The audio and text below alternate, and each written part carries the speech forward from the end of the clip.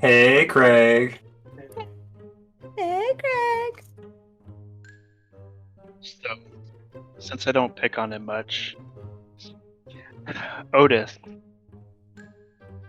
last night I had a dream that I was swimming in an ocean of orange soda. It was a fantasy. That sounds fantastic. Mhm. And then the one for Evelyn Hold up. is, did you know a colon can completely change the meaning of a sentence? Example, Jane ate her friend's sandwich. Jane ate her friend's colon. What is that? I was literally watching Hannibal this week, the old TV show, and Oh God. that was on point. All right. We ready for recap? Yeah. Yeah. Cool. Get us going. Last time, Curse of Strahd.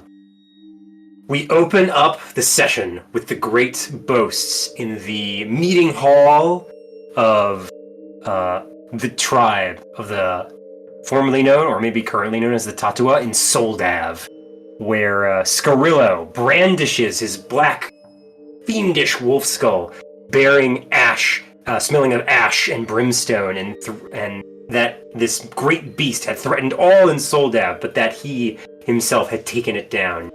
And in response, Bailey boasts of the feather and the idol that we had won from Castle Ravenloft, and the cleansing of a great celestial being in the lands of Barovia that the party had accomplished.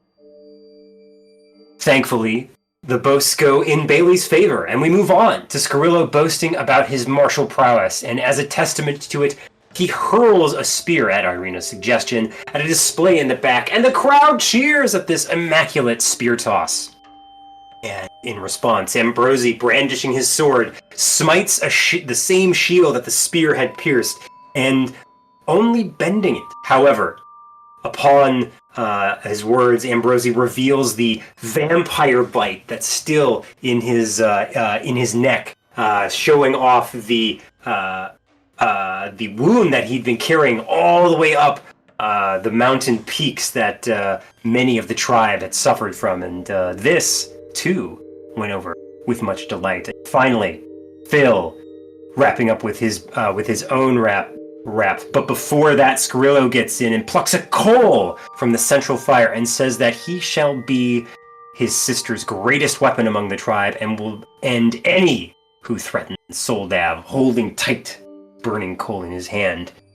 But just as the coal burns fire, so too do Phil's hot, burning rap lyrics, because he lays down that the saving of the land and winning of the girl is Phil's to win and Scarillo's to mourn, much to the chuckles of Esmeralda. And afterwards they share an embrace, and we have a lovely picture that was probably drawn by AI, I think, that we have to encapsulate the moment.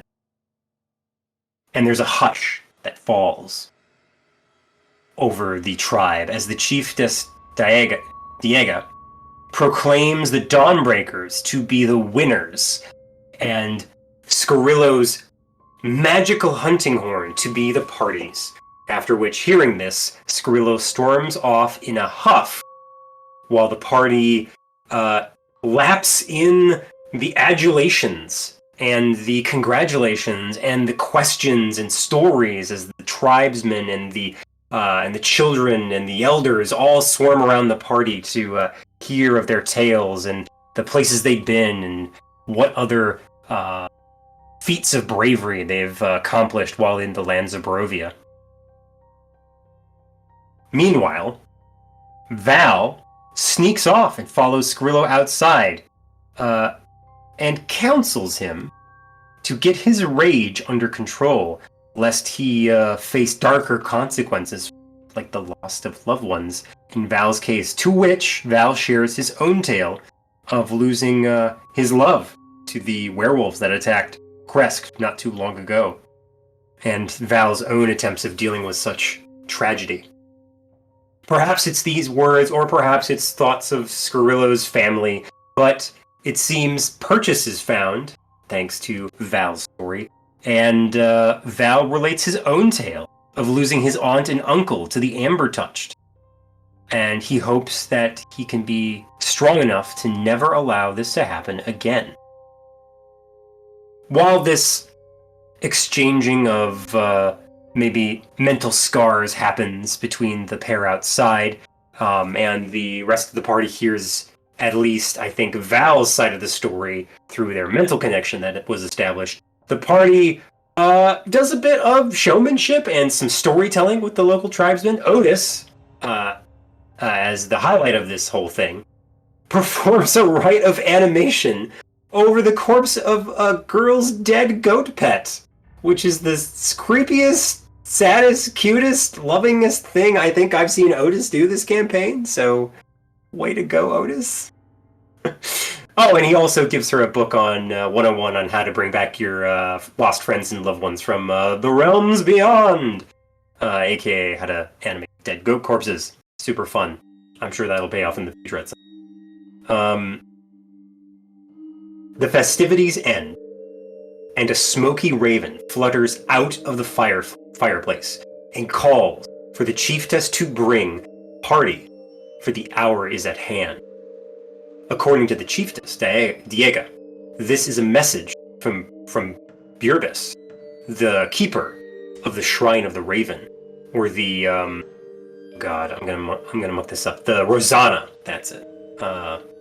The goddesses of the tribe of Soldav. So we are led out of the longhouse and follow a long winding trail along the western side of the crater, where a narrow set of stone steps leads up to a small dark cavern by Como, who leaves us here and says that he is not to enter, but bids us to journey inside. And there, at the back of the cavern, perhaps made of, woven into, or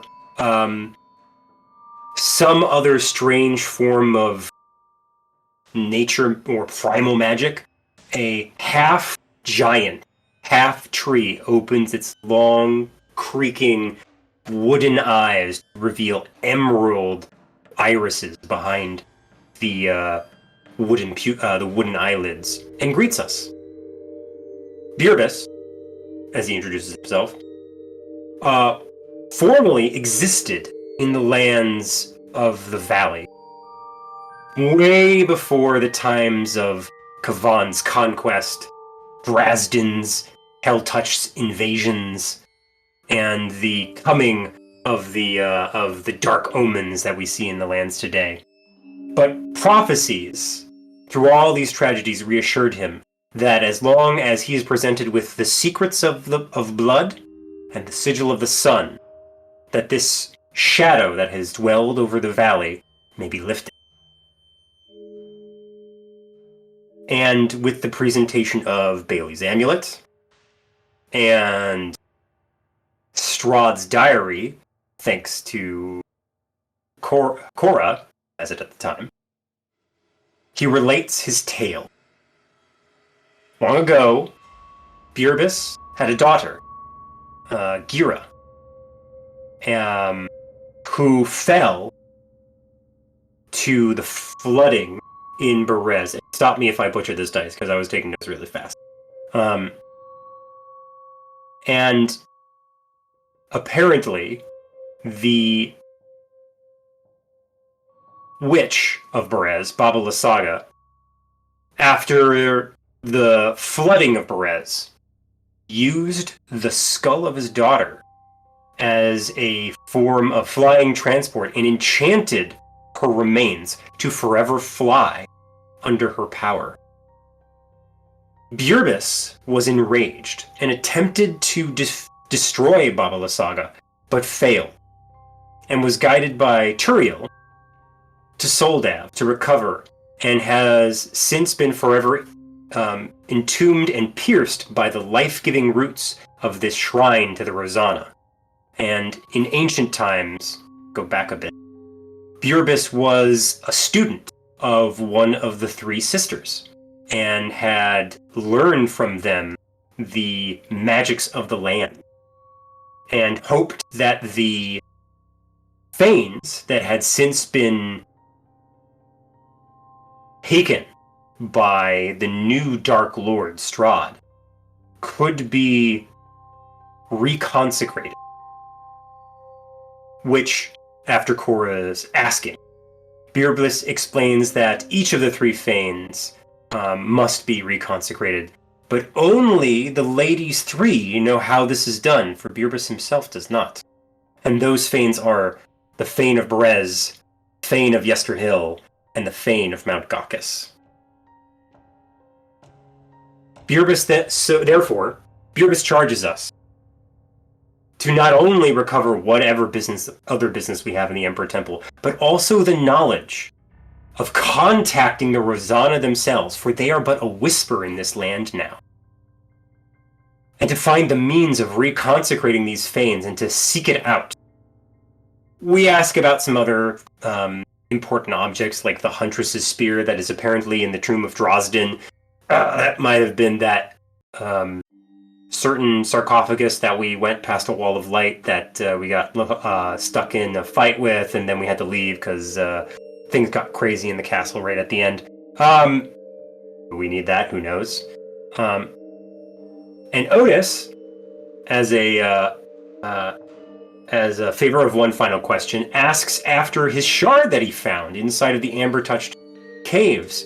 And in spite of Beerbliss's knowledge of Barovia, this strange red shard befuddles him. He does not know its origins. Perhaps this is a good or bad thing. I don't know. Time will tell. And finally, Beerbliss asks for Phil to present the Keeper's Whistle and to place it into the pool of the shrine before the rooted giant. And a fierce cry pierces the clouds above the crater as the whistle is granted a greater power. The magic that Beerbliss instills in the whistle allows for the Keeper's familiar, whatever that means, to be summoned. But it might only be summoned once before this power is spent. One final warning before we leave Beerbliss's shrine. We are warned not to meddle with the dark forces of the Amber Temple, and that we will find safety from the Dark Lord only so long as we are in Soldab because of Beerbliss's wards and protections of the village. And we pick up, having just left the Rosanna Shrine, wondering what the party is to do next. Maybe we'll see. Take it away, Dice. Yeah. You guys did get back to the longhouse and had settled in for the beginning of your long rest where we left off. Oh, yeah. Yeah. All good. Good recap, though. All right, y'all want a question? Always. Hit me. I just realized my microphone was up and I was muted, but that's fine. Oh, hi. Welcome back. Hi. I had it pushed up. It's okay. In your own words, what does self-worth mean?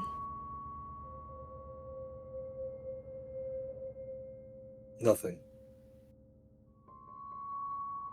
Simple as that. Damn. I know. I become so numb. Ow, the edge. Why can't I hold all these feels? I would say that purpose is a measure of one's self-worth. And there is no greater purpose than what we are doing here. Ooh.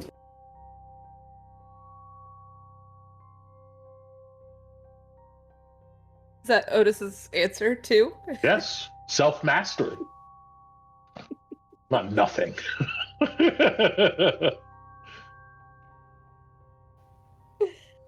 One's worth is tied to the worth that you offer the community around you, to those you care about, to those who care about you. If you don't have any of those things, then you're worth nothing.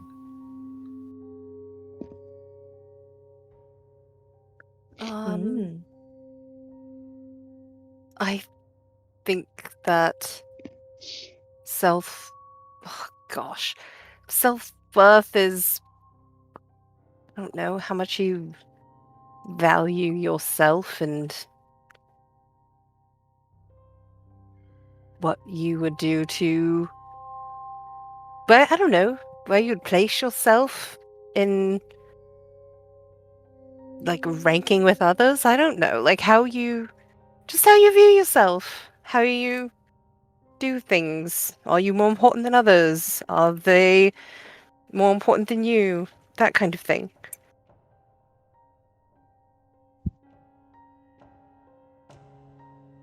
As good a points as Cora and Ambi made, I'm gonna have to go with it. It's with how many enemies and monstrosities and bad things you can kill.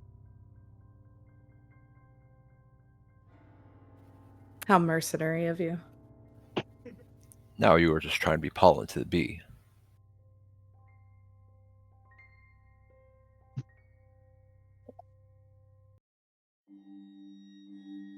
All right, then.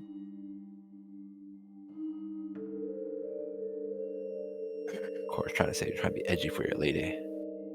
Yeah. Oh, I got that. No comment. I know what I'm doing.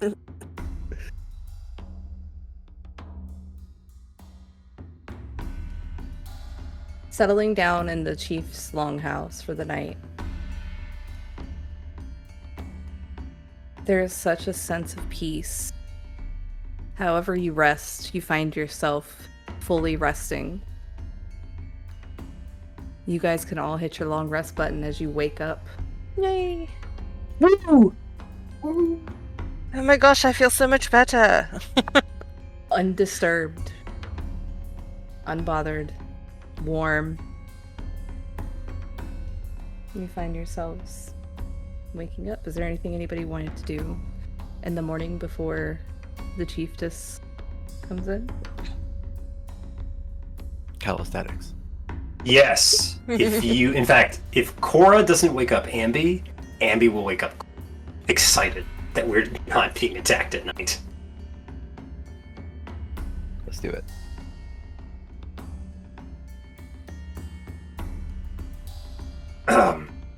Cora, do you you look like you have the energy in your eye. Are you want to get in some morning routine? Get some warmth in those limbs? Does a bear defecate in the woods? And is a rabbit's fur caked in shit? Let's go. Sorry, that was the other half. I remember that. He's gonna go over here and like do some jazzercising. Yeah, like jumping jacks and like burpees and stuff. I just want to say as a side note, since Jason doesn't like me giving inspiration for his quotes and stuff, I have to ignore that comment. Sorry. There you go. Appreciate it. All right, we got the gym bros working out. Anybody do anything else in the morning?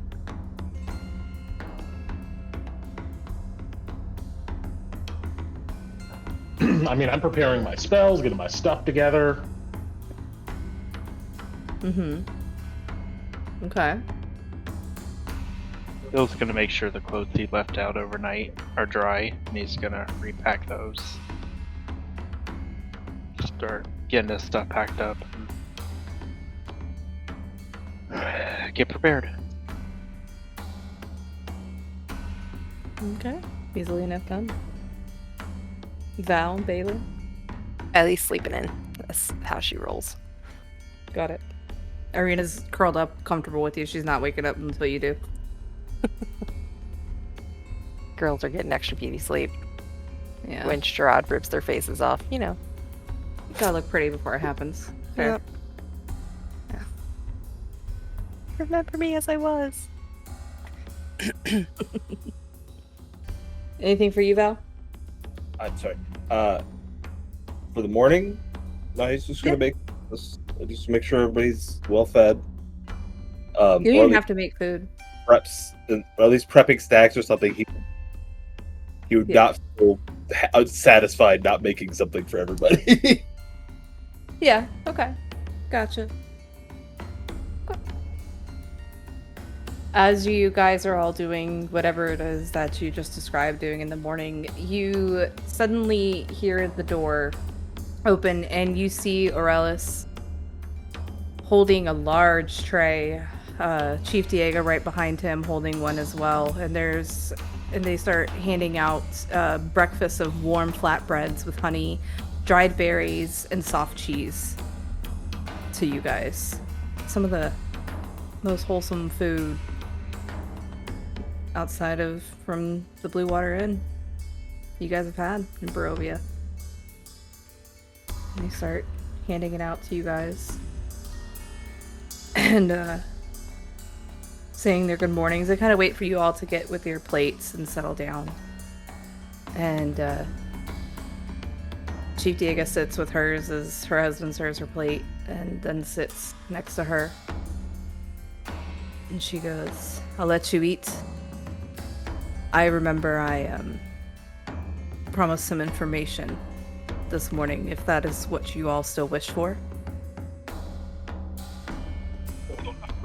Just About the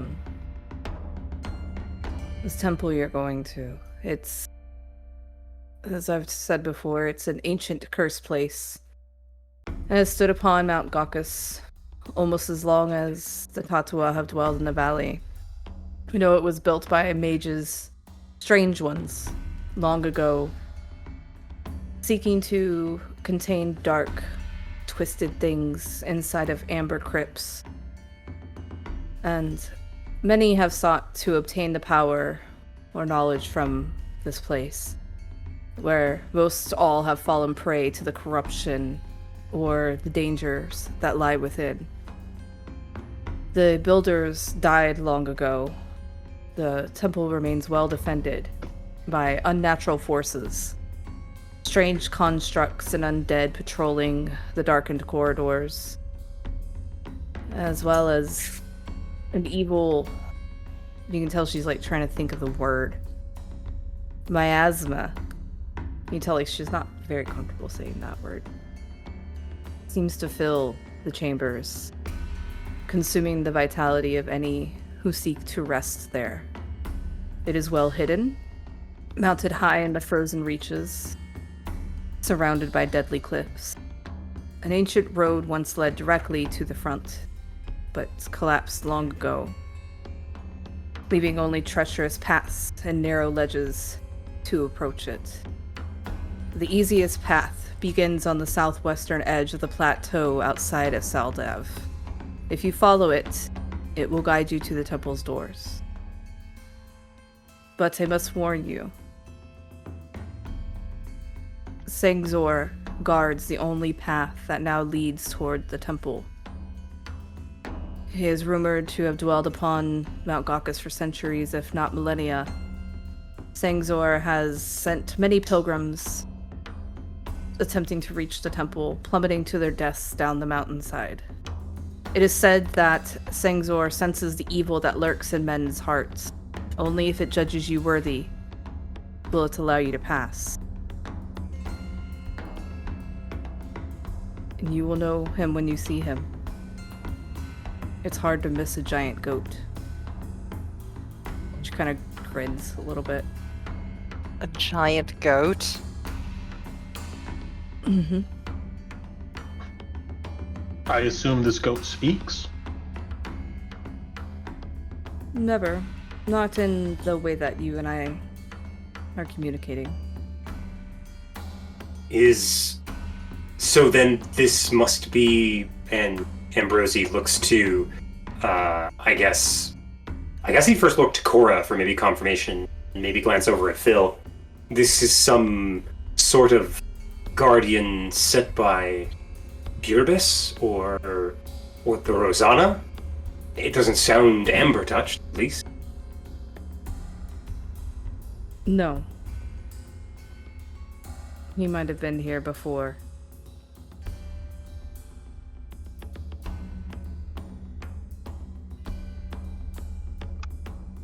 The amber comes. All of this amber comes from the temple, right? It is the closest source. I would not dare to think I know where every piece of amber found comes from. Do you have any idea of why it's spread throughout these lands?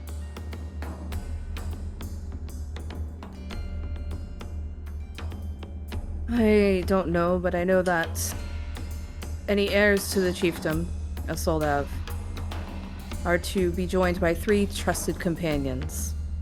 And we have all traveled to the Amber Temple for centuries, seeking to test resilience and will against this corruption that it contains. It has dwelled upon our sister peak for time immemorial. It whispers, gently caressing the dreams of those it seeks to tempt. Each time a chief has accepted its invitations, calamity has befallen the tribe not long after. Now we What test is our it? chiefs before. What is what? It. You say, it tempts you. What is it? The temple. The very being of it.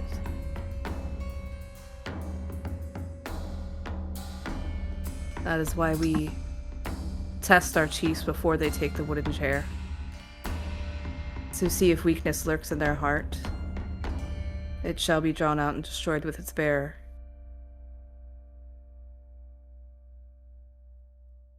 Yesterday, I asked about others who came and took this path. A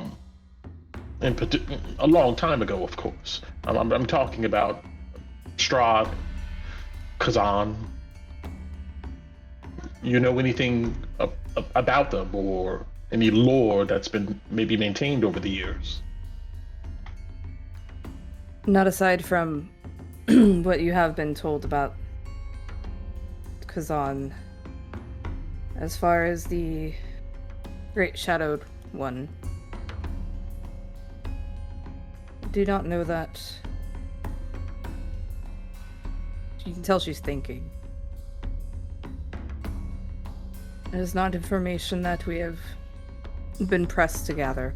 We've been more focused on keeping our people alive, safe, unseen. Going out and seeking answers exposes the one asking as much as the answers received. I see, and I have another question. Yesterday I brought up that red aura in the caves that lead to your community. I think you said that today maybe we would talk about this. Do you know anything?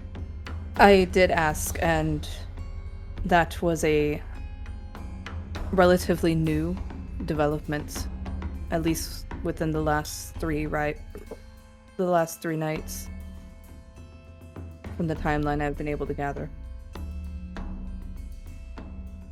So you're saying that prior to a few days ago that you guys don't recall that ever being there? No, but going into the Amber Touch den is not a high priority. Okay. I wish I could give you the answers you seek. The most I can do is continue to warn. Well, I have a feeling we're going to find out.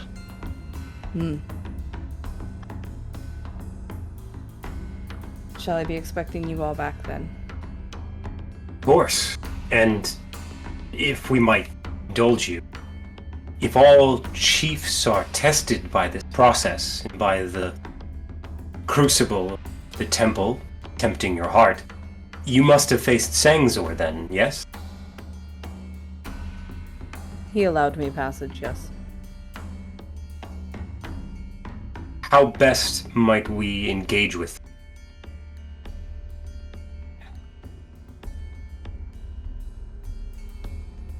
Talk? Does it expect a battle? Puzzle. So it is a test of pure of heart and pure of mind. Bailey looks at Otis. I have faith in my companions look at that you. we can pass that. She's giving you a look back like, yeah, you gonna be alright? Not even saying about you gonna be okay. She gives a shrug. They both like bob and nod their heads like, So, it will know then. Yes. We must have courage. Faith. I have one Very last well. request.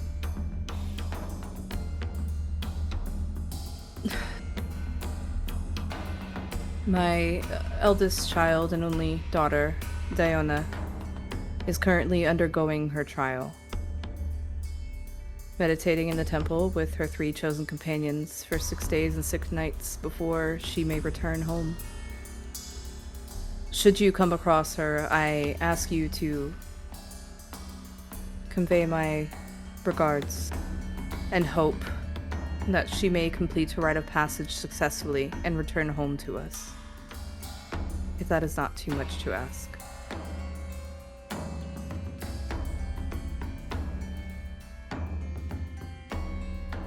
Most definitely. I don't see anything. She will be grateful for the warm regards from her mother. And her pride in her and her faith. You speak. Well, hopefully the goat didn't kick off the mountain. Right?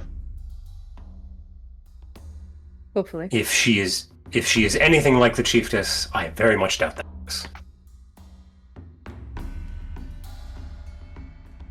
Bill's gonna look at her and say, "May I impose a few more inquiries?" Of course. Though I do not know if I will have the information, as I have been unable to answer Otis's. But I can try. Understood. Never hurts to ask. First and foremost, do you know by chance what additional dangers, particularly creatures, monsters, etc., reside within the temple? What can we expect? As I said, the most information I have is this strange constructs and undead. They can be made out of the very amber walls themselves, or of some kind of, as if they were carved out of the mountain. As far as the undead, it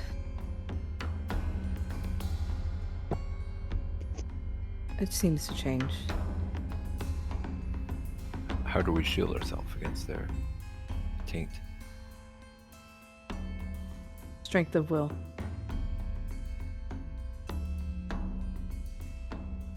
It will get you through everything. Is there any type of effects that we should watch out for from these constructs?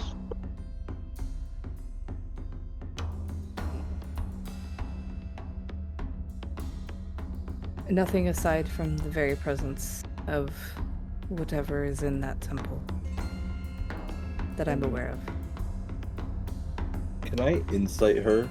And Yeah. just to get a gauge of how fearful or how reserved she's being about it and how uncomfortable it makes her? Oh, Yeah, she's... You can tell that she's... It's coming more as a warning, and the only reservation she seems to have, why she seems to be pausing, is more of that you can tell it's like she wishes she had more information for you.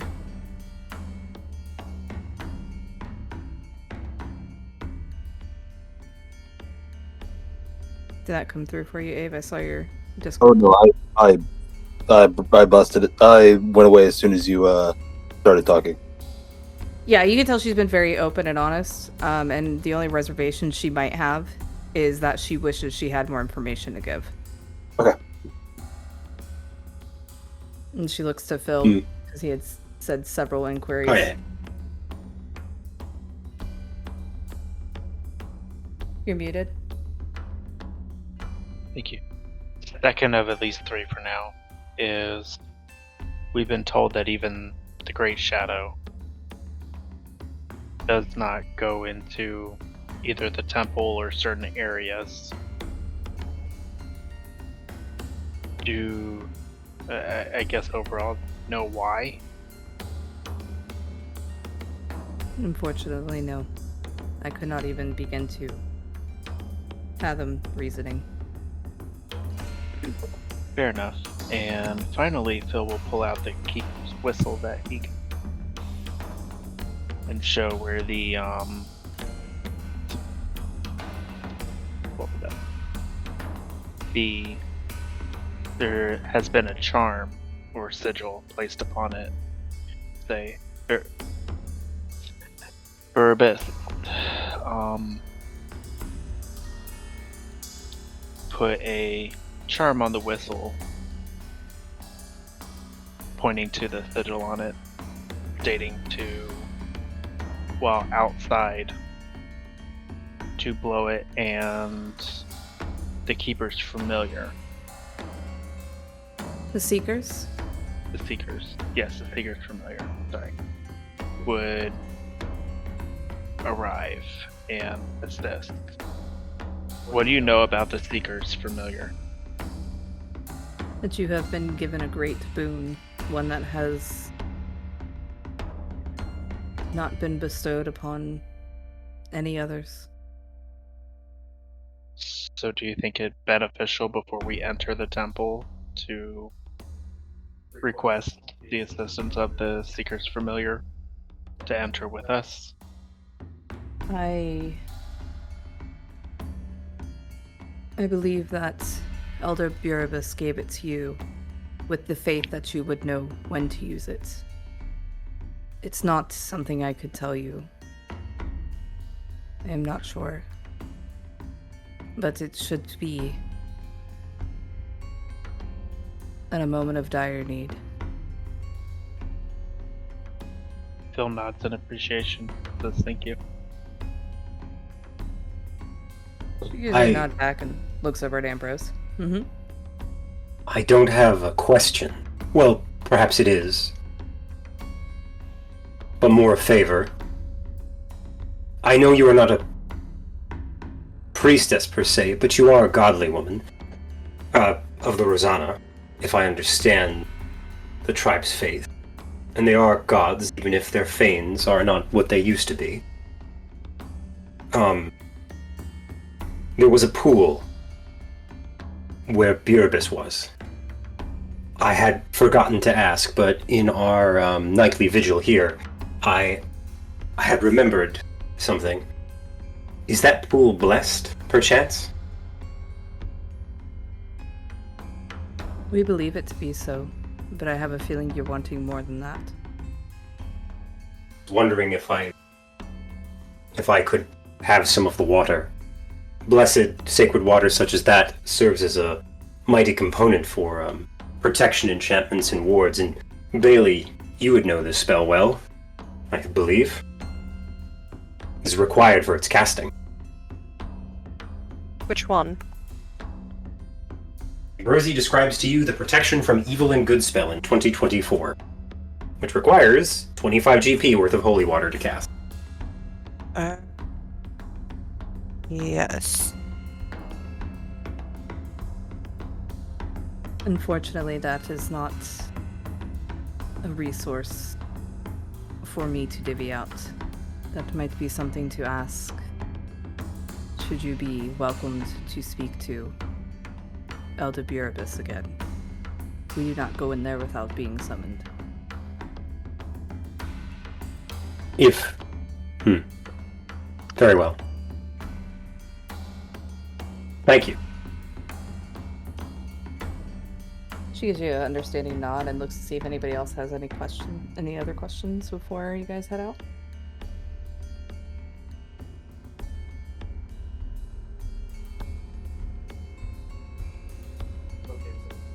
Alan says thank you for everything, your hospitality, the information you were able to provide to us, and most importantly, I believe, the safety for night.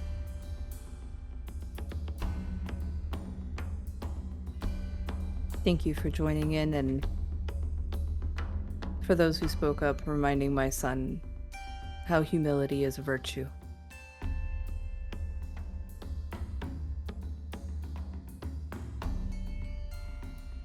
Rosie smiles as he looks over at Val when she says that.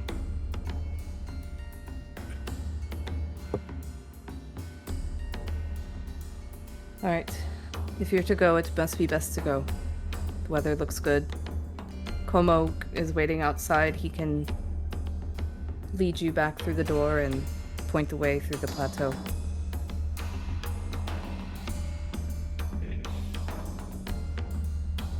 Starts packing up his stuff. Getting ready to head to the door. Yes. Clear skies, bright stars, Chiefess? That was last night. I'm glad you enjoyed it. Oh. What is good hunting to you? I'll accept that. And good hunting to you too.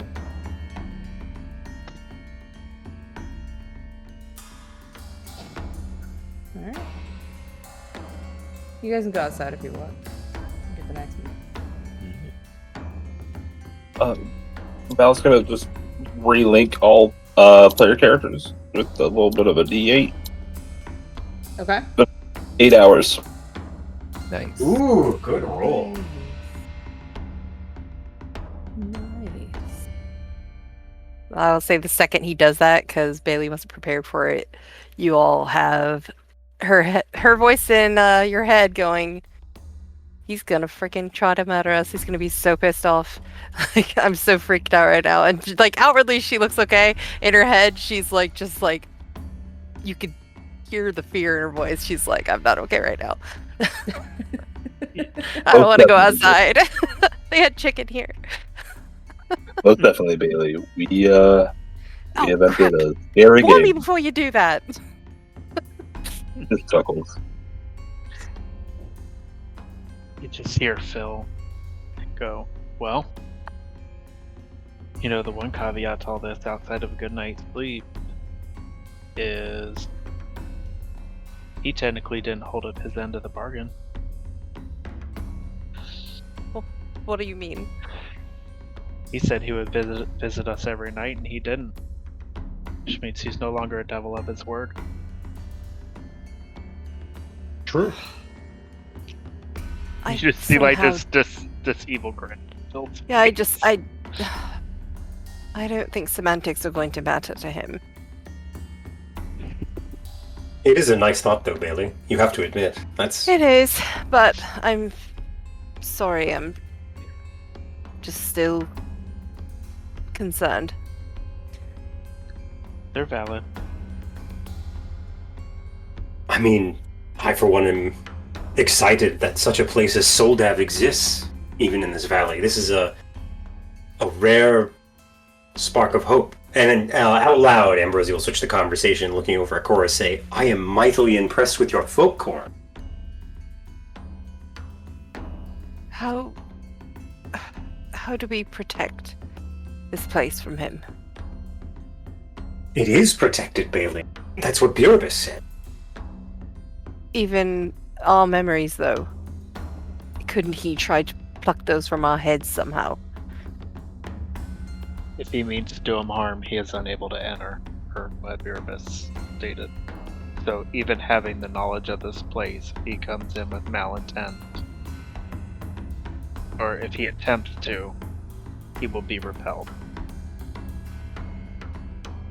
I hope that's true. I hope And- it works the way they think it does. I agree. They were also willing to impose the risk by letting us stay. So they seem fairly confident in their magic and wards. So Hunters of demons? Defiers of dark lords? I mean, this is a good place.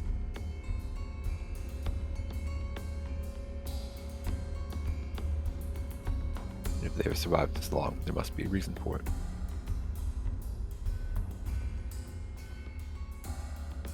maybe it's been to help us. Maybe. I was hoping for a bit of poetry, Cora, but that was I agree wholeheartedly. Thank you. The strongest mountain always weathers the strongest storm. Ah, Veritas. Good. This is the right way to start a journey. And with that, Como leads you out back through the village that is slowly waking. Leads you back through the tunnel, opens the stone door, leads you back out onto the plateau. Wishes you all well and good luck and hopes to see you again. And as you're leaving Soldav, I need to know, and you don't have to answer this out loud, you can send it to me in your player channel. Do you have any intent, ill will, or any evil intentions towards Soldav and its people? Would you even think about giving up their location to somebody who would wish it harm, especially Strahd von Zarevich? If their answer is yes, I need you to message me in your channel. Or you can answer either way in your channel.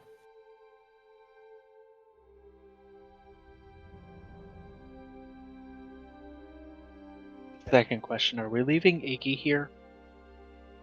That was going Oh, to be my right. next one. I figured you guys That's were a good- leaving. Sorry. That's a No, good that's good. call. That's a good I think call. we should leave Iggy here. Most definitely. Right? Grab what we need.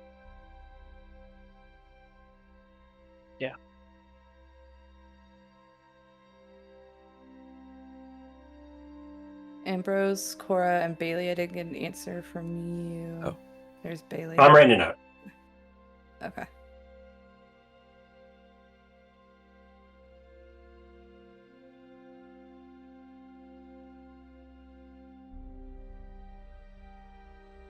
I swear to God, if somebody says yes, I'll smite the fuck out of you. Just saying. Let me delete a message. I've got your back shield. You just hear Backspace, rapid backspace, deleting. backspace. Yes.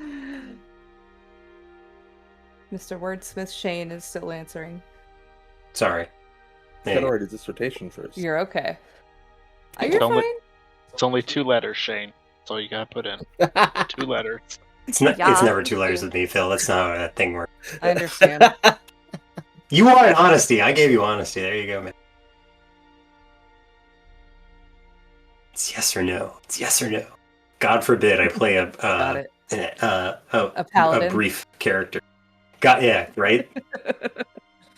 All right. As you all leave through this stone doorway and you feel it close behind you, you feel this sense of this magic that could be divine, but it also seems natural, just wash over you as if checking in your mind the intent you have for Soldav. You guys find yourselves once more on that plateau. There is nothing of any evidence of the scuffle that you had before. And with the information that Diego gave you, Casimir is able to quickly guide you all to this hidden trail that's leading from the plateau towards the temple. And you guys are walking again. It's the blizzard. There's no blizzard, but it's cold. It's heavy snow. This hidden. It's not a very. You can tell it's not a very well-worn path. Even worse than some of the other paths you had to make as you were climbing Mount Gakkus. And After about 3 miles, the road ahead is cut out of the mountainside, rising steeply to one side and falling away on the other. Mist and snow greatly reduce visibility, and the howling wind cuts through you like a knife. And you all stop as you all notice at the same time, seeing a 9-foot-tall goat standing atop a crag above you, its gray fur blending perfectly with the rock of the mountainside. And the goat regards you all with deep, piercing eyes.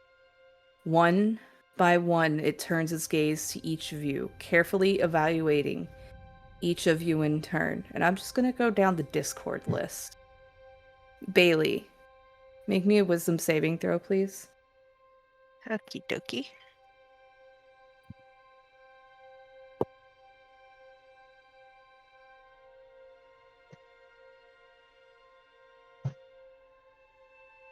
$15. Okay.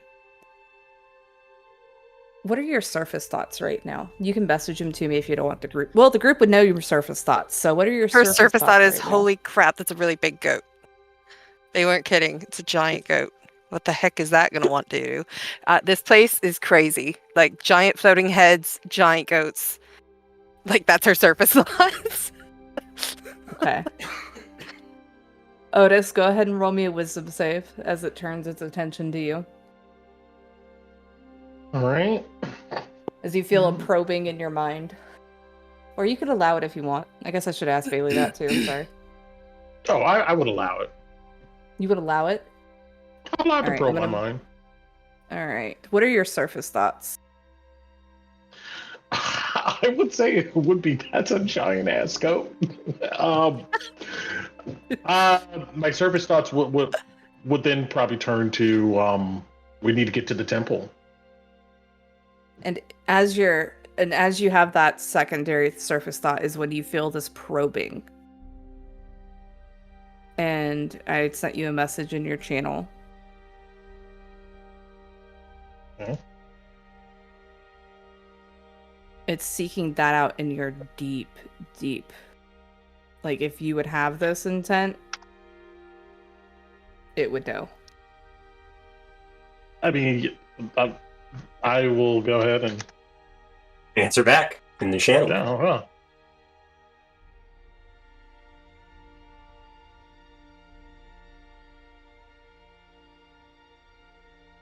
Okay. Cora, this goat, these dark eyes turn to you. What are your surface thoughts? Wisdom save? If you don't not for surface thoughts, nope. Oh, okay.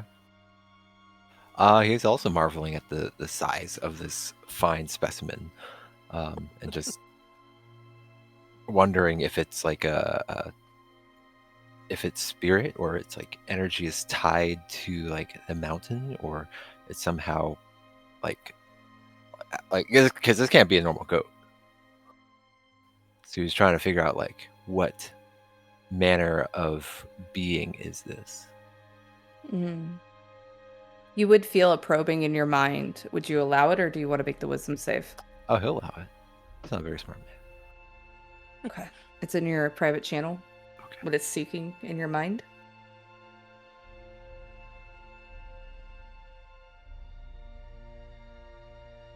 Oh, okay. It has to answer. Yes. It's not it's like it would know this if you're allowing it. Do I answer in there in the chat, or You no? can answer in there or out loud. It's up to you. I'm just giving people the option. All right, I'll answer in the chat. Okay.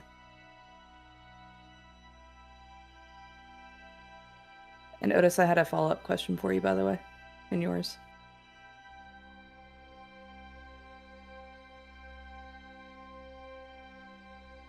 And you feel the gaze turn to you, Phil. What are your surface thoughts at the moment? Those are some pretty horns. No malice. Those are just pretty. Mm. You feel this probing in your mind. Do you allow it, or do you want to make the wisdom save? I allow.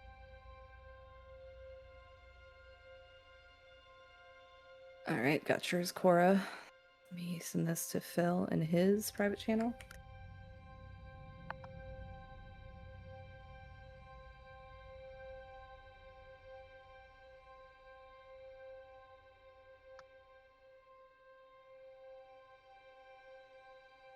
And okay.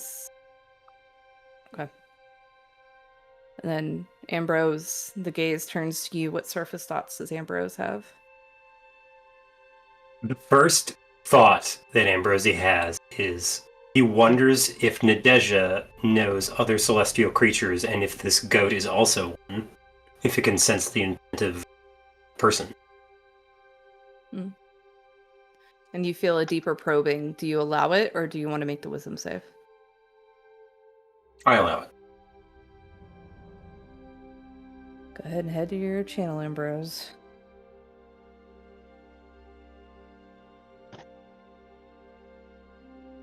And as Ambrose is answering me, Val, you feel this thing look at you. What are your surface thoughts right now? All right, go to the left, from the right. How far back is everybody? Where's everybody at? Like just full on cycle of just constant perception of what's happening. You feel a deeper probing in your mind. Do you allow it, or are you making the wisdom save? He's gonna allow it. Okay. And put it in yours.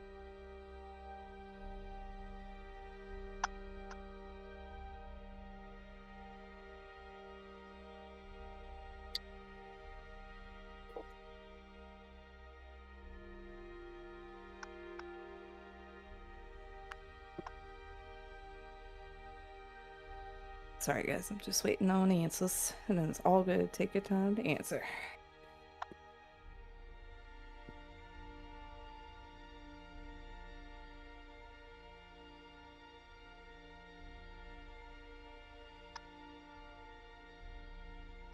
It's a big goat. It's a big goat. Yeah.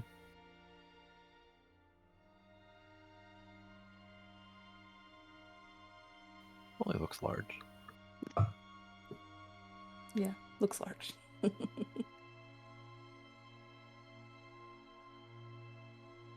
Can we get a ride? Can I get a ride? Right? Hey, would you mind becoming a fine steed spell real quick? So we like left our mule back there. As this, you know, legendary goat looks down at all of you, its eyes kind of linger on Otis the longest.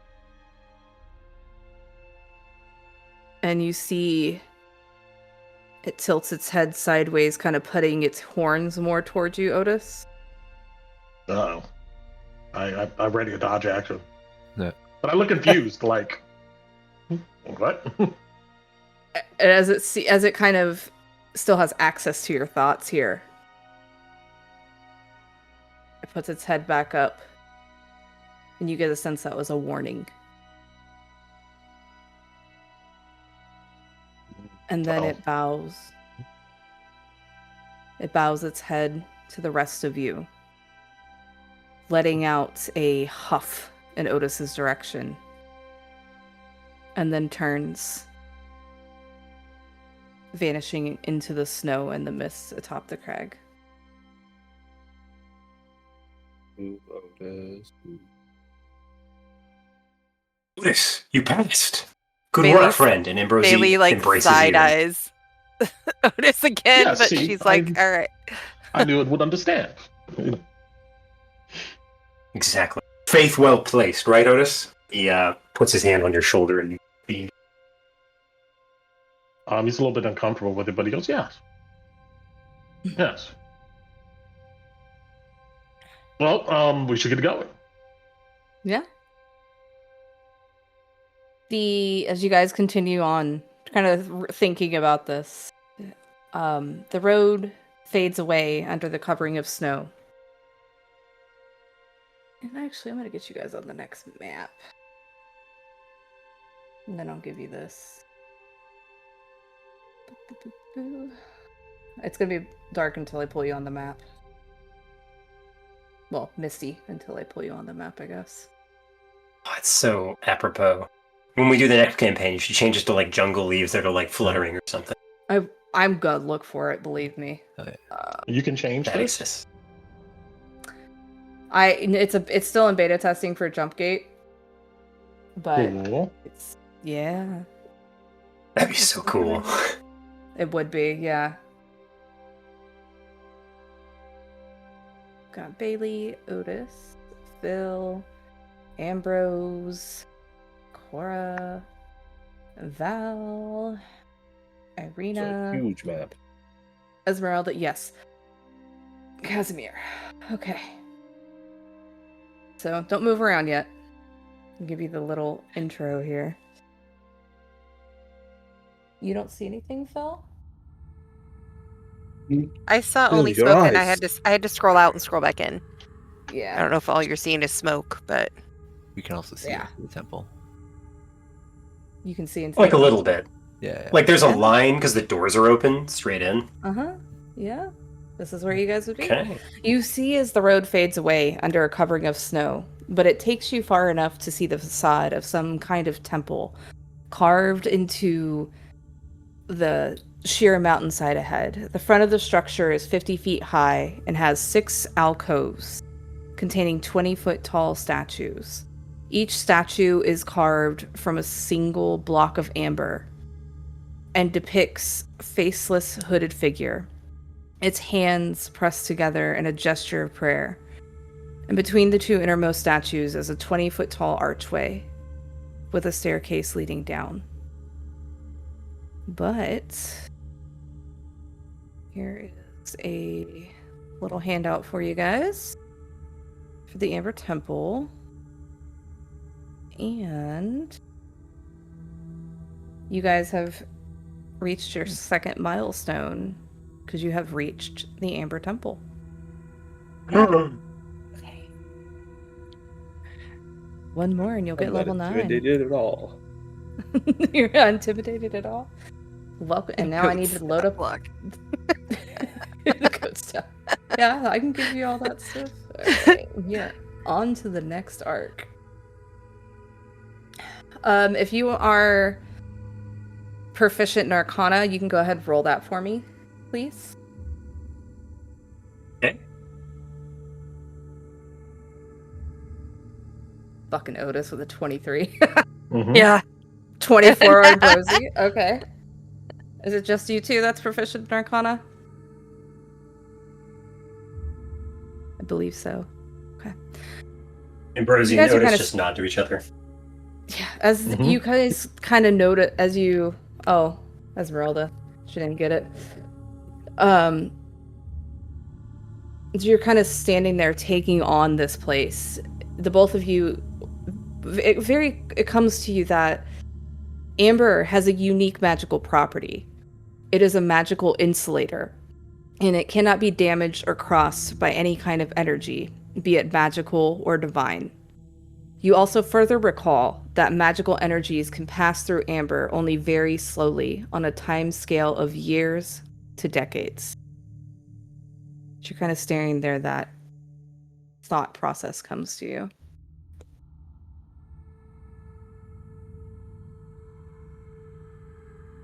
Otis, does this place seem old, like held in some sort of wax?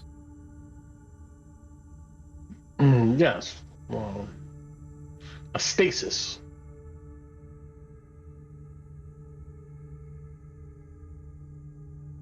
Do you think any of our magic equipment will work while we are in there? Hmm. It doesn't seem like it. Or at least there would be some aberrant effects.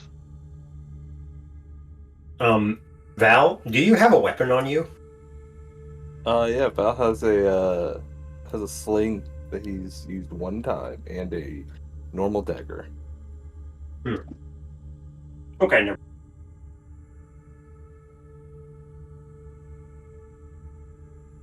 Well, if none of our magic works in here, or mine at least, I mean, that's that's big. I can check ahead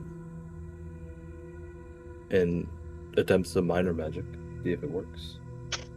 Well, we were told Look for about trouble. constructs, right? And I would point to these amberish statues. I hadn't considered. You think them guardians? They look like guardians. Oh yeah. Right. Ambrosia looks over at Bailey.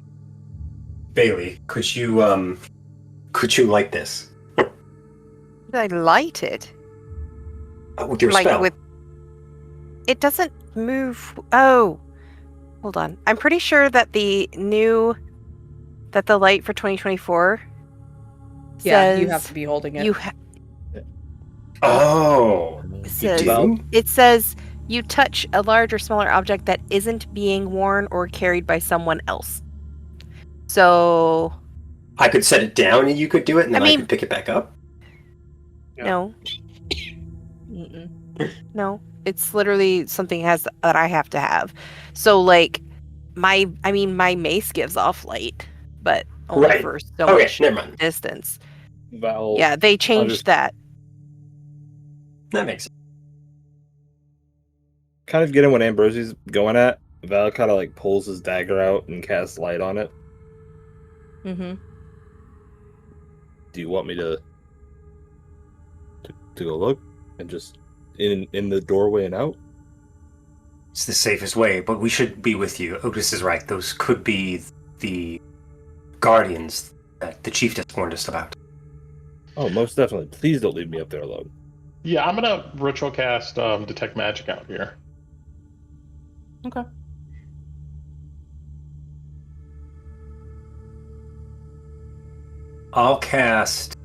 I'll have a blade ward going as Val and I are walking up towards the door.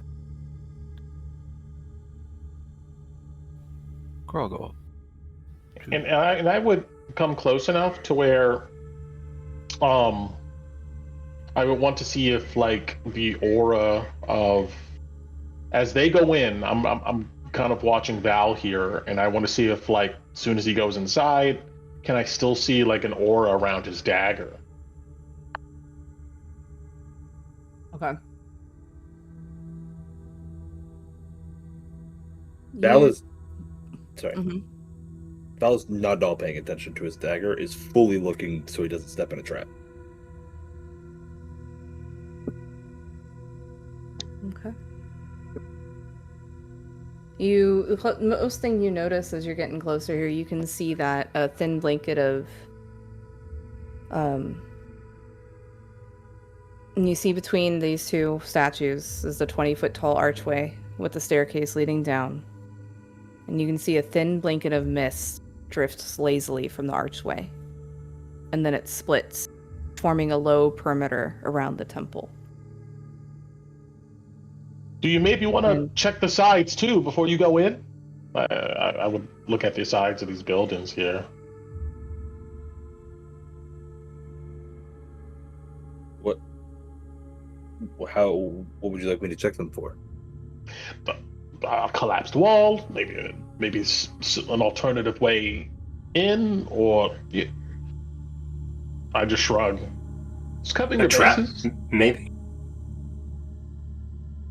If I'm honest, I think this is the most correct way to go. Getting in here as soon as possible before Strahd notices might be the right choice. Oh, could we get light on Val, Dice?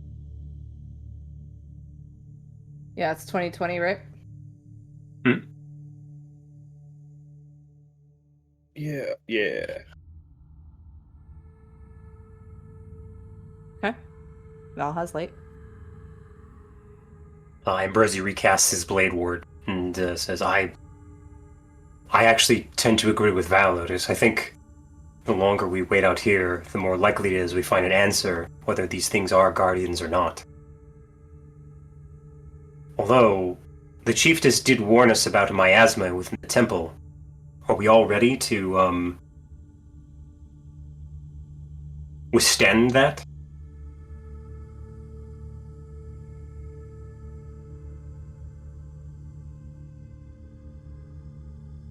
I have little in the ways of protection against it.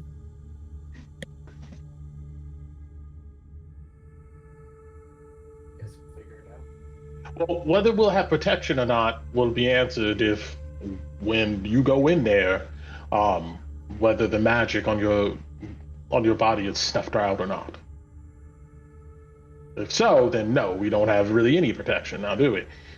But if things still function, then well, I don't know if Bailey would have any healing. Or if it would work. You think our healing won't work in there? It protects from both arcane and the god's magic. The amber. And he gestures to the amber statue. And the amber door.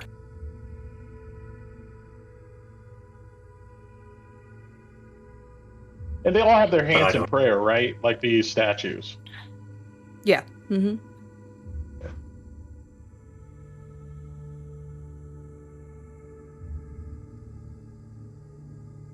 Just hanging out at the front, Val. Oh, I'm looking for traps before I head in. I just wanted to make sure. Oh, you can This- let me invest. You can, how are you looking for traps? Oh, I'm like I mean, I don't have an Brushing idea the of like snow. surroundings. Just like looking for like recesses that shouldn't be there. Like anything that looks a little off from everything else. Kind of like kicking a pebble in front of me. Okay, you make me a perception check. With Sorry, I detect missed magic, that. does any of these constructs like glow, or these statues? Okay. No, it's like dead space. Like like you have like a sensor, because that's Mhm. to me is what detect magic is. It's just like a sensor. Wherever these amber statues are is just like dead space. You can still tell the light from Val's dagger is the school of magic that it is. I think light is what? I don't know off the top of my head. Whatever school. that Evocation, I cantrip is. think? Yeah, it's evocation. Whatever, yeah. That's what you're seeing with your detect magic. And Val, with your 26 perception, you just looking ahead here, you can see that these steps are covered in ice. This mist is moving around, flowing out of the temple. And you can tell that there are arrow slits in this hallway ahead of you. I'm gonna. There's definitely a trap.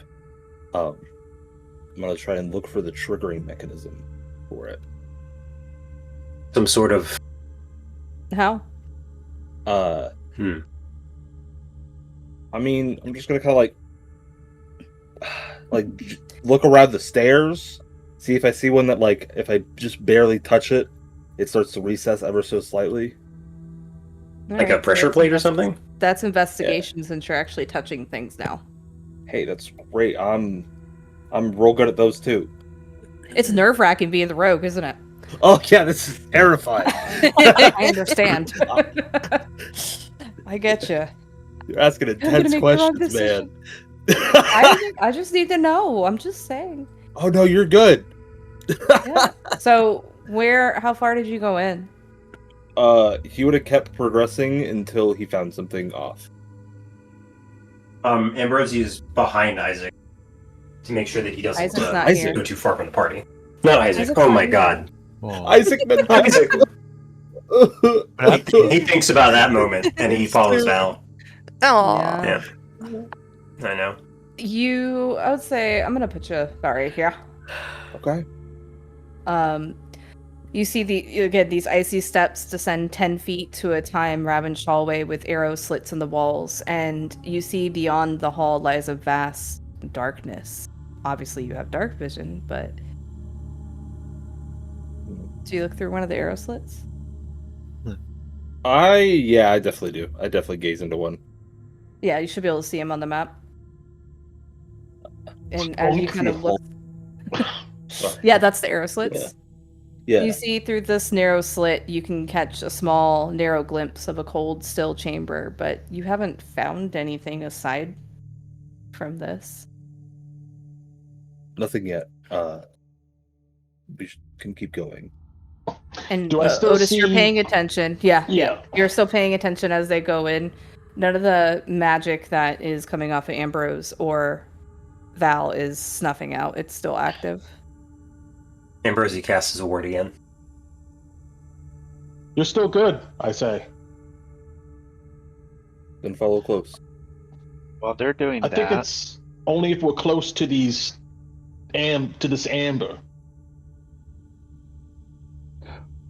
while they're doing that, can I look to Mhm. see if I can see any recent footsteps from Diego's daughter or anybody else around that's not ours? Hey, you make me a perception check or a survival, whichever you choose. Perception's higher. I knew my man Phil had me. 25.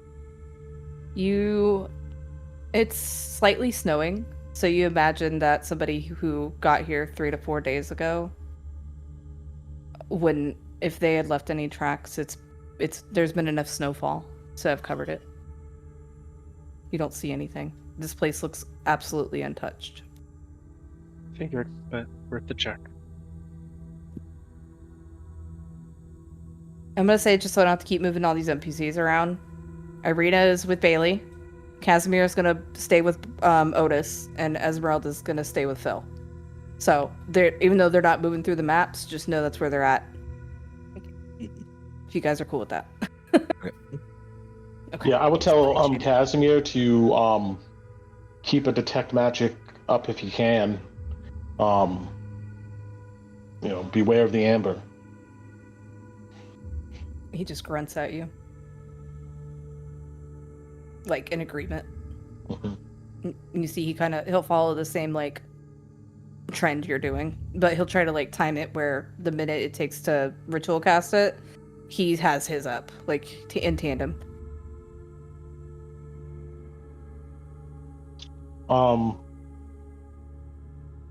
While they're doing that, gathering forces, I am gonna kind of take a wide berth around here really quick, and I'm gonna go and check the side of this building. Okay. Am I supposed to see this here? Yeah, you are. You see a natural fissure has opened in the mountainside west of the temple's facade, creating a gap about 2 feet wide, 10 feet tall, and about 15 feet deep. And you see light coming from the room beyond. And you faintly hear voices as well. Oh shit. With that, I would quickly return back, and I would tell Phil, there's an opening or a crack or something over there. Says voices coming from the side of the building. Oh, what language was the voices in? Common. Brent, you didn't get close enough to hear what they were saying, but you could tell it was like the cadence. It was like common, but you couldn't make out what they Did were it sound saying. like a conversation or like kind of like just a chant or a wail? Like a low conversation. Somebody trying to be quiet. It sounds intelligent, like people were talking to each other. I couldn't hear exactly what, though. I didn't get close. Well, we didn't expect to find the people at Soldav. Maybe by some, I guess, miracle, for lack of a better word. There's people living in here. Living it yet? It could be the daughter. Right, that's what I was going to say. It could just be the daughter. It could be the cultists. Depends on how many voices you heard. Do you want to go look at it? Sure. Hey, psst. And I would go ahead and give a whistle over to Val. and Ambrosi. And I would say the same thing, like, but kind of low. You remember Otis that you're connected in your mind? Oh yeah, that's right. Val just replies. I figured that was In your Brent. I mind. figured that was a Brent thing, not an Otis thing. Yeah, I would ping them. I would tell everybody in my brain. Then everybody knows. Well, hold on. Otis might not have thought that would have worked in the Ember Temple, so this is a good test. Oh, that's true.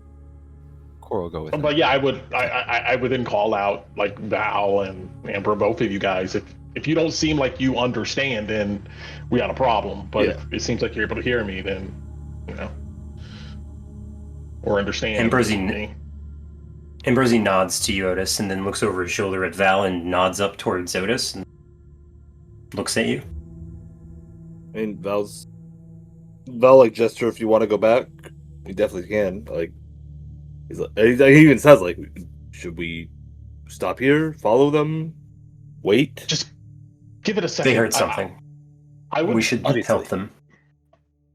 I'll look at Esmeralda and be like, don't you want to follow him? As I point at Phil as he walks off. She would have. Like I said, I'm just not moving their tokens. Oh, okay. That's right. Yeah. All good. Otis is like, you gonna go get your man? Yeah. All right. So Ambrosi casts his sword again. Bill will try to listen in, and if I see what I see, just try to kind of get a view of what's inside. Okay. Is everybody going that way? Yeah. Okay. Well, Mhm. Ambrose, Cora, Bailey. Yeah. Okay. Gotta move your tokens. I'm scared. There's nothing to be scared of. This is like the most happiest place on earth. It's like Disney World for D&D people.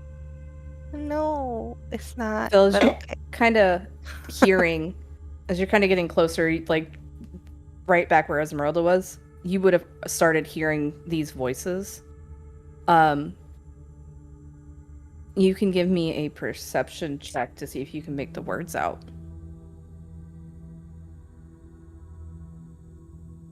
Is that 23?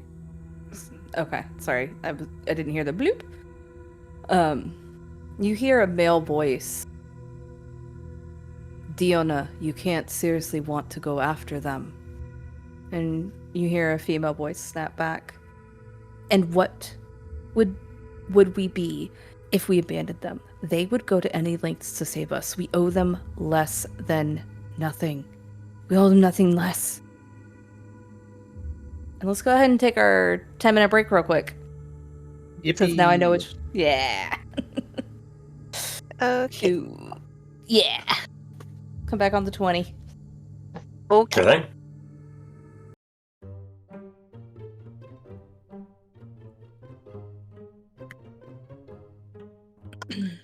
I'm good. I just... So excited. So excited. So You guys are... I'm like, can y'all just get the fuck in there? I'm going. Bro. Through the front gate with giant amber statues? Hell yeah. Man. I was ready for it. I was like, let's go. I want to be in the front. I'm here to... The arrow slit quarter? I was so ready. Boy, Jason, doesn't that feel familiar? An arrow slit corridor? Mm-hmm. Yeah. Fill 'em full of holes.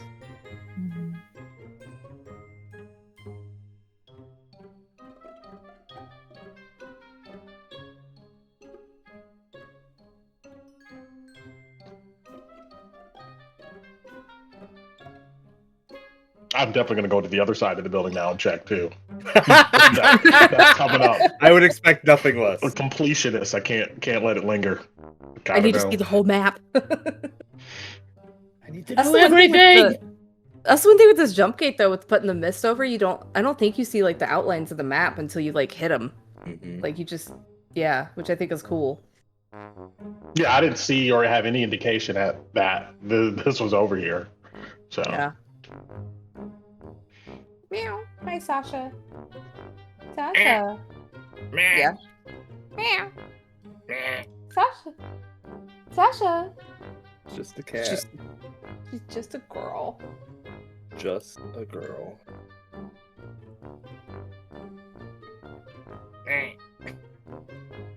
Yeah, it's fun clicking on your guys' tokens. Like when Brent was like, "Can I see this?" You hit Control L and it shows you what that player sees. So, yeah. Oh, does that work in the old one? I don't know. Maybe it might have. That's just something I learned once I got I over didn't to know that. Cupcake. You said Control Yeah. L. So you have the token selected and you hit Control L, and it'll show you like what they see. That's sick. Hmm. And so like I've been setting vision on my monsters too, so that's why sometimes it takes me a second because I'll click them and I'm like, what can they see? That's Pretty fun. cool. Yeah. Yep.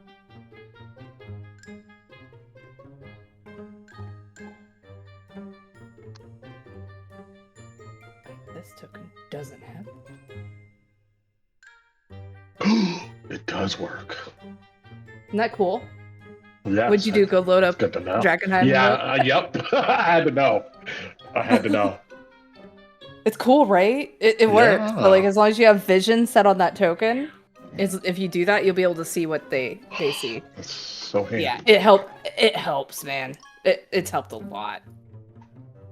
Especially when you use dynamic lighting like we do. Yeah. So I'm like, are they in line of sight? I don't know. Let me look. Brent, are you still here? Ooh, me? Yeah. Yeah, what's up? Have you how's Wizard feeling? I've never played one before, and I'm debating on if I want to make that my next character. Wizard's my default favorite class. It's fun. You get a lot of utility stuff. So it's like adds a whole nother dynamic to the game. I mean, the only thing is just like, when you level up, it's always hard to like figure out like, well, what's the next spell do I need to take? So, Okay. but once you get like familiar with like your spell set that you're kind of going for, which your build, I mean, I love playing wizards. It's always fun. Yeah, I'm debating. I've always wanted to play a divination wizard because I just love going. Oh no, you rolled a fucking 2, or whatever I rolled that day. That just always is enticing. That can have some great like roleplay potential for Tomb of Annihilation too, because one of the primary gods is Tao, and he's a god kind of based around divination and stuff. So. Oh, that's sick. Sounds pretty cool, actually. Yeah, and we gotta have a caster. I mean, Yeah, always. just I'm missing it. There's certain adventures you can get away with not having like a caster. I would say like, let's see. I think It's gonna be 24 think, builds too. I'm not gonna do 24 builds. Oh yeah. Yeah. Oh, I'm back. What are we talking about? I think Storm King's Thunder, you could probably get away with like a diverse party, maybe like a cleric, but not like a wizard per se. But I feel like Tomb of Annihilation, you need like some arcane casters. Yeah. Brent, are you playing wizard in the new game? I was talking about No, it. Aiden was talking about playing wizard. Oh, hey. I've played wizard one time in a one shot, and I was like, and a divination wizard just sounds so fun. Oh, dude. Like, having played Alden, I will tell you, wizards are pretty awesome, especially when you're DM, because you're the only class who can get powerful stuff by, well, not the only class. You have a class mechanic that's centered around you finding treasure that is unique to you. Well, that is uniquely useful to your class in spells or spell books, which is pretty cool. Sorcerer also sounds cool though, so I'm kind of torn between those two. I mean, I'll tell you this: wizards also have a better spell list in general than a character in the game. Because you have every spell. Sorcerer. Yeah. But for min-maxing, it probably will be a wizard.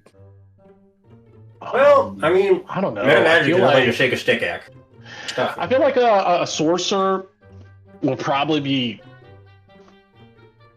better for TOA to be honest, the more I think about it. Because you get like Yeah. when you run the draconic sorcerer, so you get the crazy armor class. Yeah. It's just like when you're in the jungle and like you don't got any resources and stuff like that. It's easier to recover as a sorcerer, right, than as a wizard. And there's some like intense dungeon crawls, to say the least. Oh And, yeah. Oh yeah, there is. I got my generic roadmap out for how I want to do the campaign. Now I just gotta read and make sure it makes sense.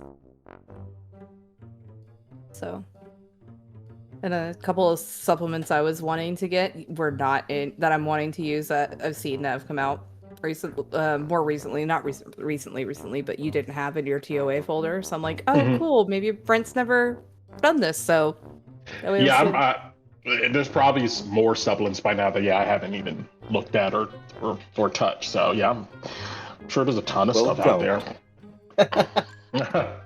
What, Avon? Well, now don't. Don't look at them. If you Don't do some spoil it. deep diving and some reading on like the Farron wiki about like Chol in the region and stuff, there's like so much good lore and stuff to draw from. There's, like, tons of stuff. I got the companion. I got the fact book, and like so because there was somebody who it's the guy who runs the Tomb of Annihilation Reddit. He has like a whole post of like, here's the resources, here's what I think about him. But I'm like, oh dude, you know what you're doing. I'm gonna read your shit, and I'm gonna take inspiration from how you put your campaign together. So, because he's run it a lot of times. So, but I was telling Cass, I was like, having Brent, I'm only scared because having Brent in a TOA campaign that I'm running is like having me if you were running a Curse of Strahd campaign. So Strahd, yeah, I do. Yeah, I'm like, I believe that's called. Yeah, that's called a Thalassoceradon. The pronunciation is actually no. I don't think Brent would. Brent can't tell me shit about pronunciation. I suck. I do too. I do too. I'm not worried about that because I do too. Every time words are mispronounced, I just kind of give a little it's so cute in my head. Y'all are so cute. I love how Brent says tavern. Tavern? I say tavern. Yeah, that's normal. Yeah, you just say What's wrong tavern. with that? Yeah, you say tavern. Tavern. There's a B in there. What are you talking about? It's tavern. No, it's pronounced Tavern. tavern, guys. Come on. Hold on. That's okay. We all have words we say incorrectly. Oh, I know. I'm not making fun of him at all. I'm not I know. Yeah, I'm not like insulting or anything like that. I know. I have like a mud mouth. I've always had problems. Yeah, well, at least your words aren't like everyday words. My mom makes fun of me because for some reason my brain goes ladle instead of ladle. And so I'm like, give me the ladle. And she's like, it's a ladle. And I'm like, I know, I'm sorry. Or lure, not a lure, a lure. Mm-hmm. That's the one I get Sigil. yelled at about. Sigil? Yeah. You're right, it's tavern. You know what? I don't care. No, I love it. I love it. I love it. I don't care. Shane didn't even notice it Tavern until in I my pointed it world. out to him. Yeah, that's fine. I don't care, man. You got the look. It's about words are all made up anyways, and at some point before they were made up, they weren't even words. They were just ideas in your head. Fingers. And then you put words to them. Run. Hell, names were just words before you put them on a person, and then you became a name.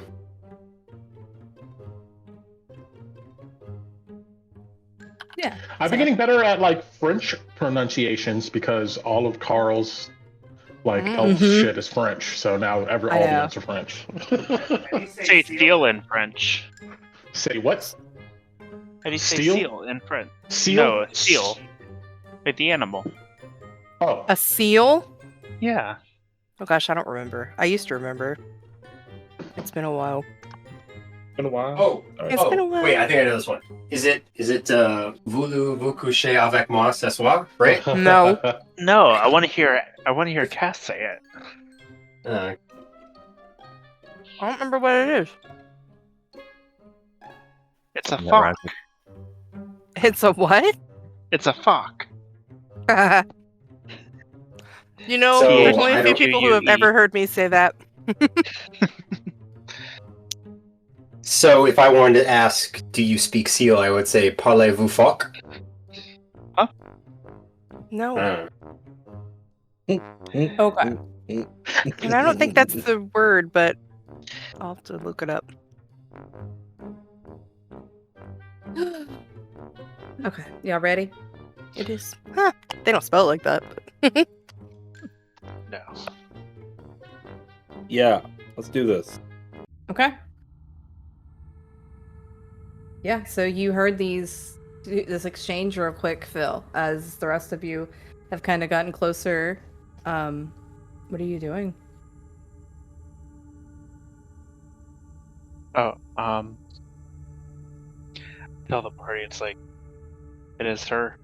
Should I alert our presence? No, hold on. I'm gonna run through the snow over here. Make me a And, constitution check. What check? Make a con check. I just want to A see con check? athletics. Oh, okay. Athletics, yeah. Just for fun. Otis, I believe. 21. I'm on. Oh, I'm yeah. on foot today. You're on it, man. Otis is doing secret calisthenics, I think, in the nights. I was just hoping for a funny moment, but yeah. I Just literally coming just over- saw in my head Filch from Harry Potter and how he runs. That's what I saw in my head. Yeah, you get over to that side, Otis, and you see what you see. Okay. There doesn't look like any obvious entranceways or anything over here, right? No. Okay. I would mentally tell him it's closed off over here. I guess you can go ahead. But I am going to come up a bit closer and just examine these walls real quick. All right. Make me investigation or perception. Going after Otis. Okay. Ooh, Damn. I'm rolling good Otis is tonight. on point. Mhm. Nothing catches your eye. It looks as you would expect the side of a mountain to, with Okay. obviously something built into the facade of it. Yeah. Seeing Val come around the corner, I would just shake my head as it's a no-go.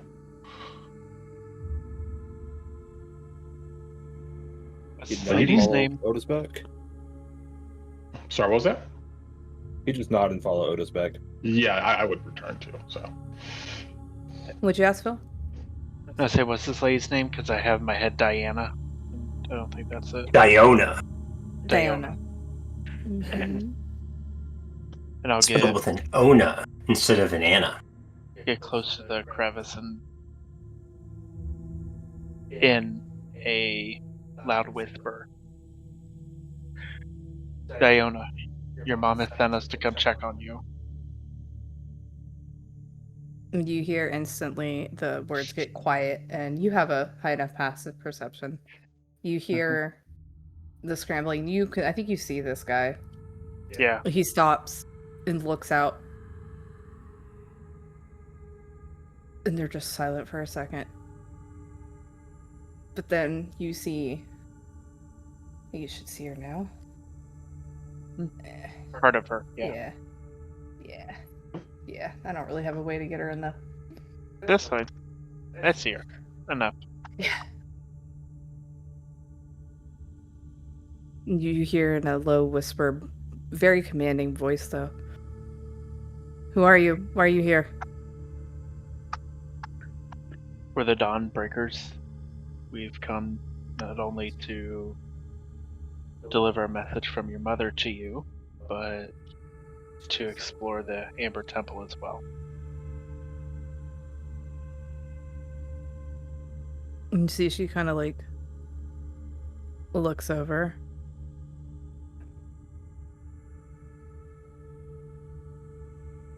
All right, come on. Should be able to squeeze through. And I will oblige. Squeeze through.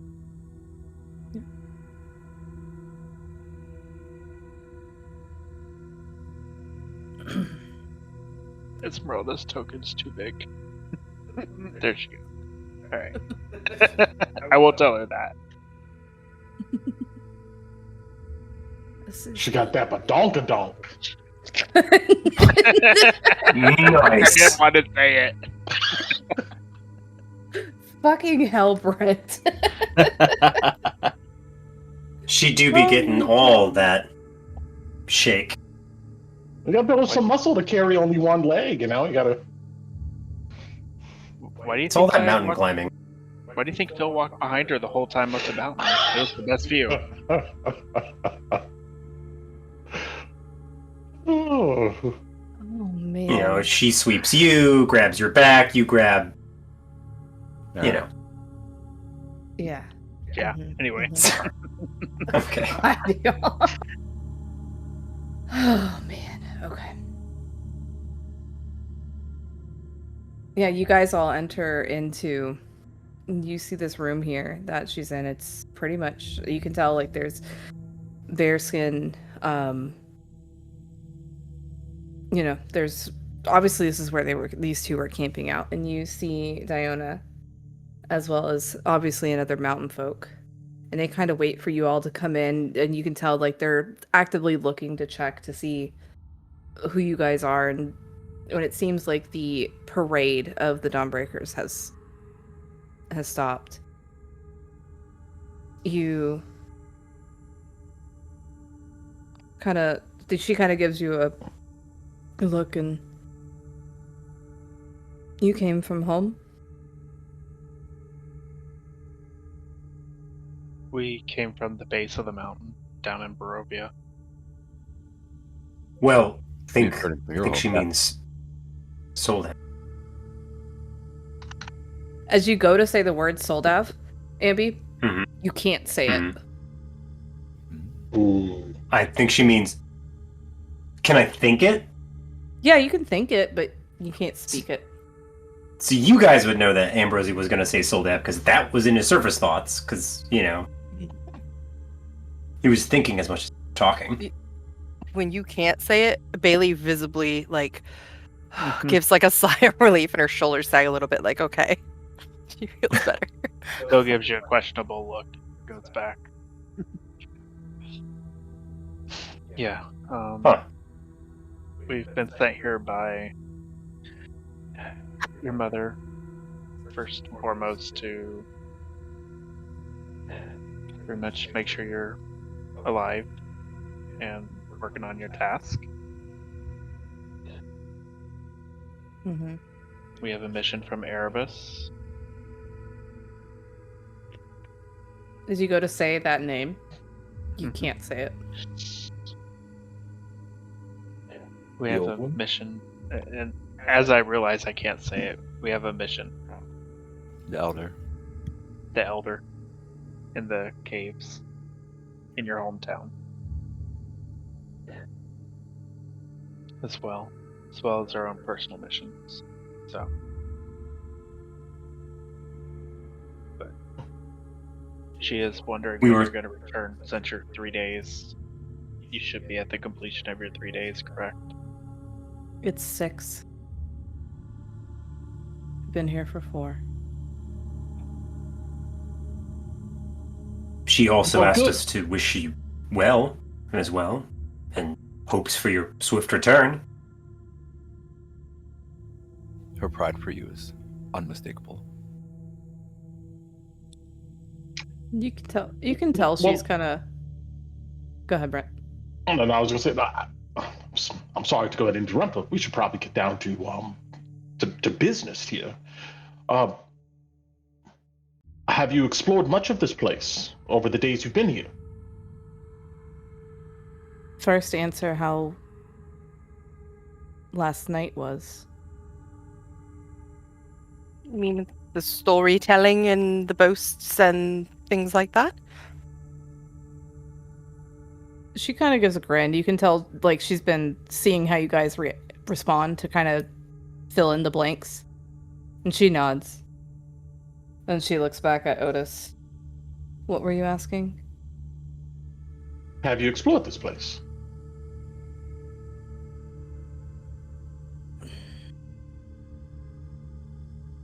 We came in through the archway, the front.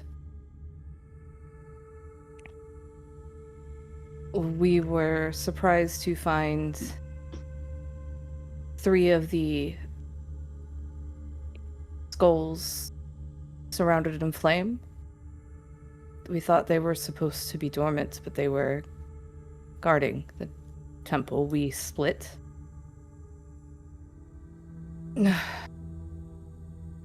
We were pursued by one of them, speaking of fire and wishing to be extinguished along with me. As soon as she Someone, mentions skull, Mhm.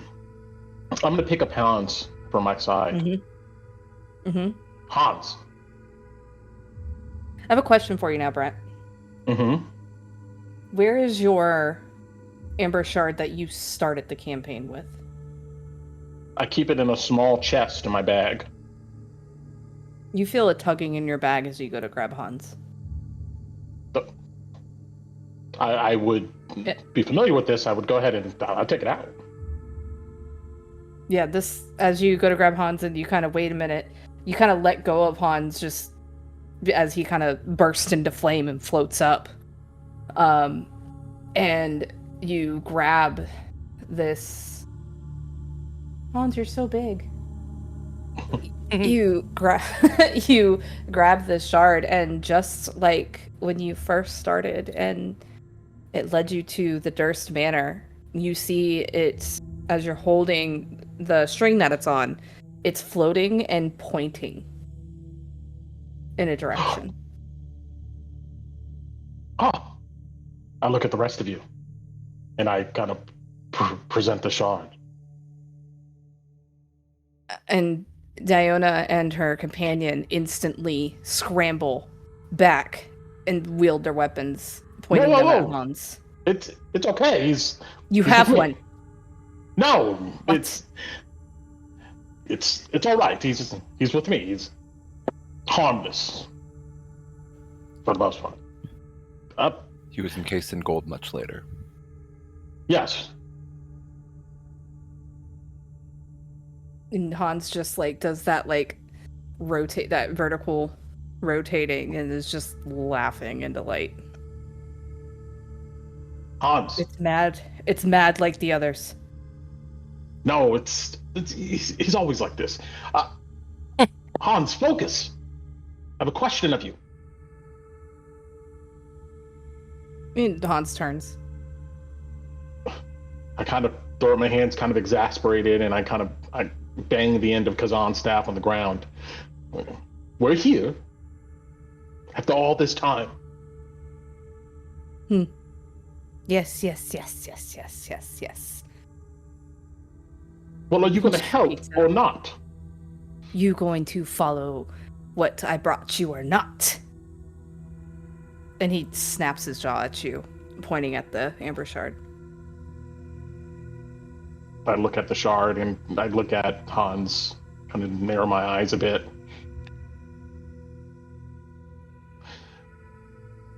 The other skulls that are here,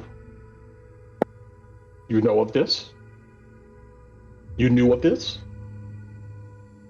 No. Insight check this guy. Insight check. How are you Sure. How are you insight checking Hans? I've talked with him over. You have. I would say a lot you of can. time. Val, you can't. You have no idea, Val. There's no way to read this thing for you. I don't but I'll trust let. this fucking skull. Ooh, Ooh. +1. Let me send this to you. Good rolls today. I know, right? He's on fire. We all are really. Say anything because I don't want to jinx anything. So yeah.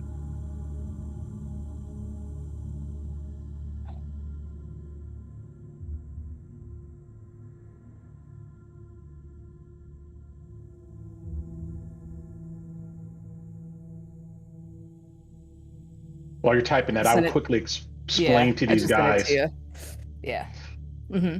Hans here, from what I understand, was slain by the devil. If you know who I talking about. Brought us The here shredded for, one. yes, for vengeance against him.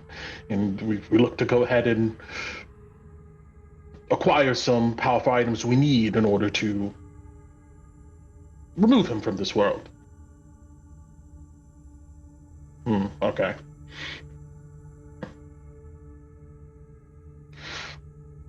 I would try to dismiss Hans, but if he continues to float around, You it's up can't. to him, I guess. Okay. You can't. Uh-oh. It's fine. I don't react to that visibly though. Mhm. I look at all of you. This is our guide as I hold up the floating amber shard on the string. I don't know that I want to follow where that leads. Do we know that it's going to take us where we need to go? Well, we don't know exactly where we need to go, and this is our best tool to at least get some type of inclination. It's better than just wandering around. I'd say right now where you're standing, it's pointing that way if you see my red line. Mm-hmm. Okay. Wow. The We need to go distance deeper. doesn't matter because you wouldn't have distance. Okay. Iona, where are your companions? We were told there were 4 of them with you? 3. I've got sorry, I'm having to look for the name. My gosh. She would know this, not me. Coryllis here.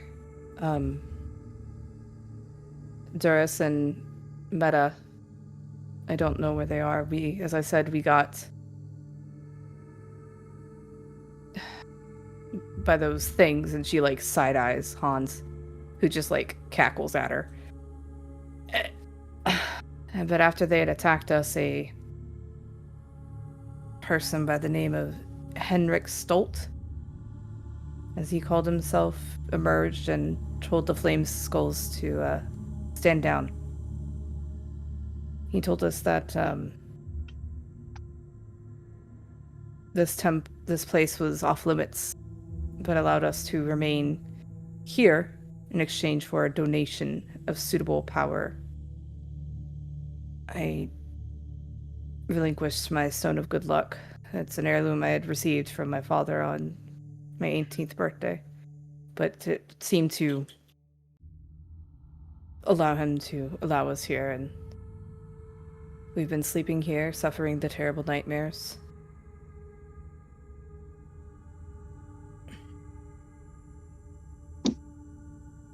So you haven't looked around. We haven't been able to. Okay. Do you... Well. Oh, I'm sorry. So wait, I just want to make sure I got this in my head. Claire, they separated when Henrik came with his flame skulls? The Flame Skulls came. Yeah. Mm-hmm. And then this Henrik came and told them to stand down. And told the Flame Skulls to stand down. Yeah. But then what happened to her other 2 companions? They split. She doesn't know. And when the skulls came Oh, they split up. Okay, I got it. the skulls came out, they freaked out, and then after that, Henry came out. It's like, be cool. I believe they I might suppose be then... abducted. Yes. What was your... You said it held some... He was interested in some object power? He wanted a donation of suitable power or value.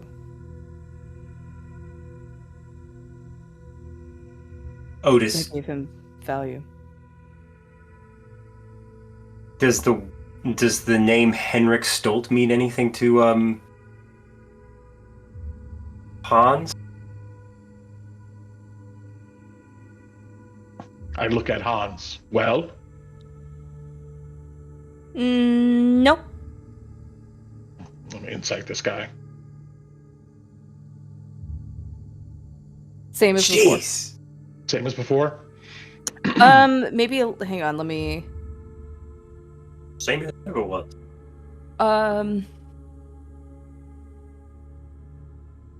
Yeah. So about same as before, but a little bit worse for that last bit that I put in there.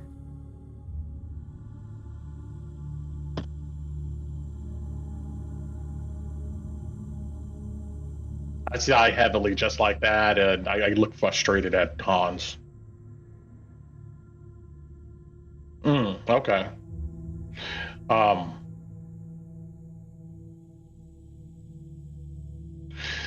I would shake my head at you, Ambrosie, but I would say I think this place is affecting Hans in some way, so we should get moving. You'd find Right? Diona's companions as well, but you're right. Without knowing where you separated or where they could have gone, following Hans seems the most logical course of action. To find If you something. find them, yes, and Diana speaks up. If you find them, please see if you can bring them back here. Phil just nods. But those other skulls are still out there as far as you know. Yes, we haven't left here or opened the doors since. Okay. I would pace the room kind of anxious, and then, well, I should check these doors. The shard ports north, so I would come up to this door here. I will look at Val kind of expectingly to like check it out. Yep. Val's was like listening to the conversation, but has been like has eventually moved over to the doors just to kind of get a vibe, see if he can hear anything. If he can't hear anything, he'll peek open one door once everybody's ready. You I'll make a dismiss his perception light check. as well. Okay, let me turn that off for you then. Oh, no, your vision.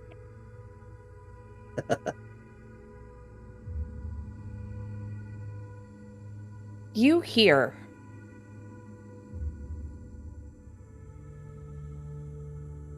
the clicking of teeth, a humming noise, the sound of like a blast of fire.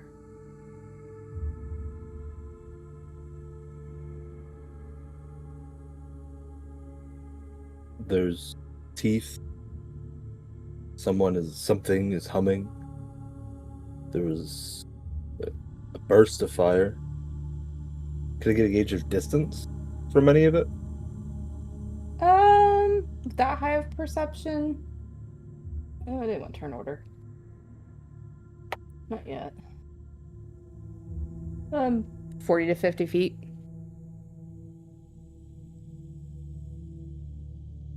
About 40, 50 feet out. Do we want me to see if I can get a view? Bill, Hold will on. you be near me?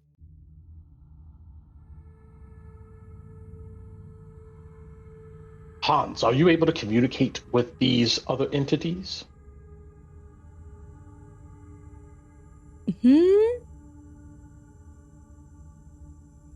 And he just starts whispering in a different, like, some of it's abyssal, some of it's in common, some of it's in what you imagine would be orcish.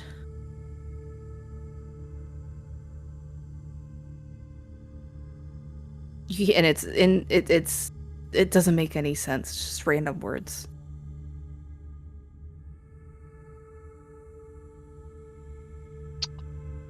I would shake my head and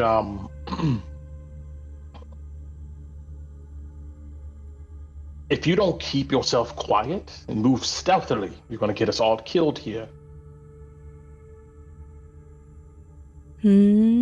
Again? Get everyone killed again? Again, yes.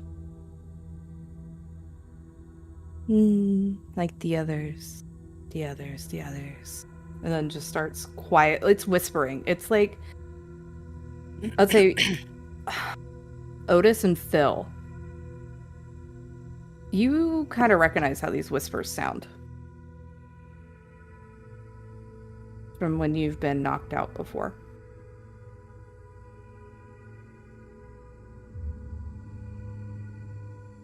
That's how Hans is whispering. Do we have a bag of holding? Forget. I have a box of holding. Yeah.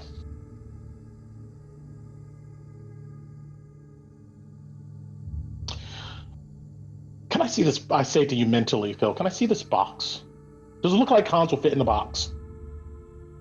Yeah, Hans will fit in the box, yeah. I would ask you for the box, Phil, mentally. So we'll open it up or hand it over and open it up.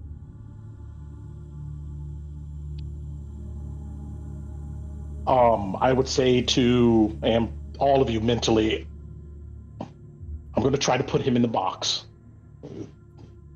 Help me if you can. I would put the box on the ground, and I'm trying to grab Hans, and I'm gonna try to grab him, and put him in the box. Right. You're a 2014 character? Yeah. Okay, so you need to make an athletics, and Hans is going to make a Hans is gonna make a acrobatics to try to keep you from grabbing him. Can I assist with my telekinetic shove as soon as I see him go for it? I'll let that have Otis have advantage. Okay. Well, that's one roll for 0, and let's see. It came out as 15. Not my strong suit. Yeah. 15's good. Yeah. 15. Does 15 grab him? I gotcha. I'm rolling it. I was making sure it was set to GM because I don't want you to see the name. Strahd is the name of the skull. Wouldn't that be great? Oh fuck! It got a 15 too. Hey. Beats it. Oh well, he meets her beats. He gets it. Yeah, Damn and so it. you go to grab Hans, and he clacks his teeth at you, and just goes backwards, and stops and says, I stay out. I need to see. Then you need to be quiet and stop flaming. Okay. Otis. Wait, you're talking out loud, right? Yeah, I'm talking to him out loud. Does he stop flaming? He doesn't stop flaming, but it dims down enough where it's only given like 5 Otis. feet out. To be fair Yes. to Hans, if I can be, I'm going to make more noise than anyone here, and without Bailey's light, I will not be able to see. So I don't know if we're really going to be able to be quiet or unseen. You're defending that. I'm just All right. saying what's true. Oh, that makes sense. I just glare at Hans. I look away from him. All right. Well, let's keep going.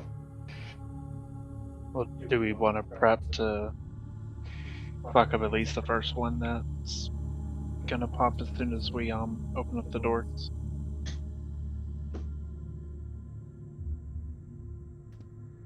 Definitely.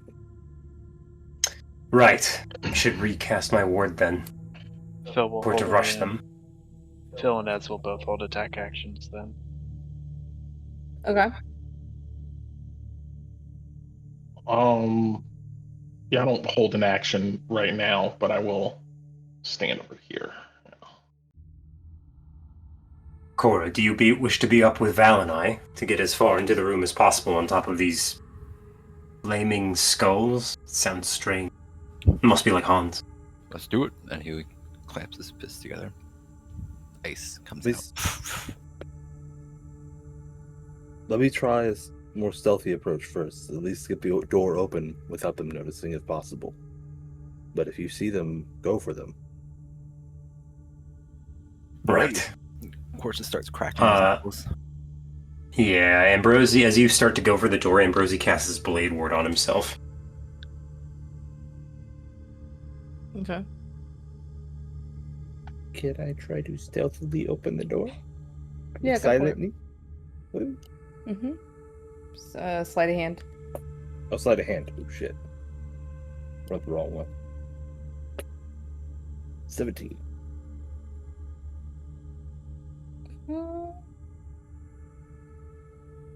Yeah, I'll let you open the door. Just one. Yep.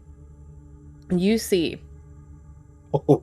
the walls of this 20-foot wide, 70-foot long arched corridor are sheathed in amber. The southern half of the hall is scorched by fire, and a charred corpse lies on the floor here, under a burned fur cloak. Several amber doors lead from this hall, and 3 arrow slits you can kind of see on the side are cut into the east hall. And floating in the middle of the hall are 3 skulls. One of them burning a decadent violet. You can kind of see that this violet one has the skull is wrapped in copper, silver, and gold chains of melted coins, probably. And you can see there's a skeletal mage hand rearranging them. You see the one that burns a deep blue has a fused gold medallion into its head. And the one that's causing the most is this orange one that has orange-white flames that spark and pop, and the skull is blackened with multiple scorch marks. Some of them old, some of them fresh, and several of the teeth are missing. And he's giggling and laughing. And he lets out a burp, and a flame poofs from it at the other 2. And you hear, for this quick moment, this one that's wreathed in purple fusses about melting, and it's a feminine voice, melting her chains that she just had perfect. And this blue one is just, you hear, like, in a very low, gravelly voice, "I wish to be alone. I'd burn you if you didn't like it." Imagine you close the door at this point. Nope. I'm starting combat. I'm chucking a dagger. Okay. I'm All chucking right. a dagger. I'm throwing one dagger, I'm mentally letting everybody know what's happening, and then closing the door right after I throw the dagger. Okay. So you're 24. Uh-huh. Surprise round means that everybody rolls, and who's being surprised just rolls at disadvantage. And we roll at advantage if Val's hidden. So, go ahead and roll.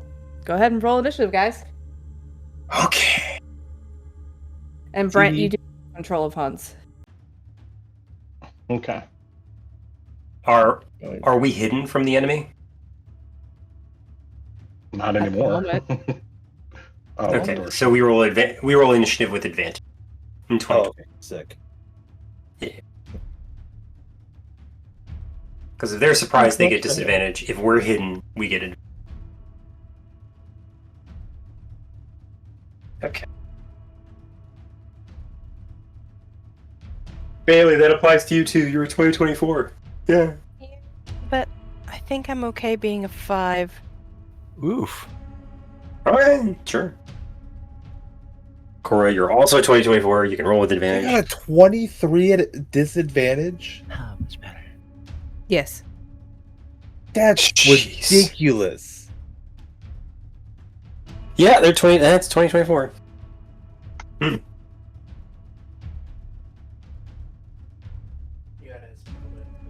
I will in 1 second. Just remind me in a minute. So. At least Phil got high, man. Sorry. Oh. But like it doesn't start until like I throw the dagger though, right? Like we're good. No? I'm gonna give it That's a 2024, perception man. check to see. If it can spot, yeah, because you're hidden, so it hasn't spotted. Okay. All right. I need to add Esmeralda. You should be able to right-click on your token and add a turn. You should be able to do that now. By the way. If not, That's cool. let me know, and I might need to add and then you should be able to put in the number as well. If you don't mind doing that, that would be because I've got to get Casimir, I've got to get Arena. Advantage. All right. Casimir, what did you do, buddy?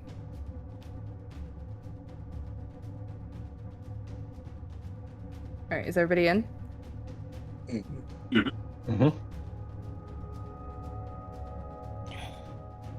Technically, Phil goes first.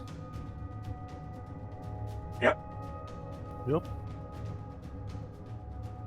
Would Phil have been doing anything? Seeing, you see Val getting ready to chuck a dagger. I would say you've been with Val enough, you know that's what's going on. Are you gonna do anything, or are you just gonna let it move on? Yeah. So as soon as he sees the dagger appear, because I'm doing this based off holding the action, Phil would have let loose an arrow.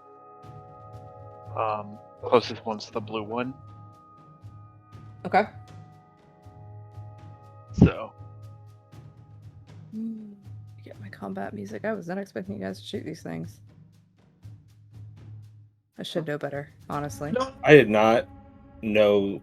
I wouldn't have done it if I knew the 2024 initiative rules. Yeah, that's how we learn. Yeah, I would have not done this if I knew. Well, I mean, they could have rolled a 7 or an 8. Like they I could have just would have easily loved not it. rolled a. Yeah, but I wouldn't Fair have enough. left the chance. It was the best chance you had to beat them in initiative. Them at disadvantage, you at advantage. Yeah. Alright, so seeing that, do I have an advantage on them or is it just straight? No, you'd have advantage. Cool. Woo! Damn. Hell yeah! If only I had activated the shit. Okay. Oh well. Alright. Wait, can't you declare it after you hit in 2024? No, something else. Oh. Bonus okay. action. Never mind. So. But I will Zypher strike. I will Dreadful strike it. So I don't know if I have all my crit settings. Yes. Okay. So we're gonna see if it does it right. We should.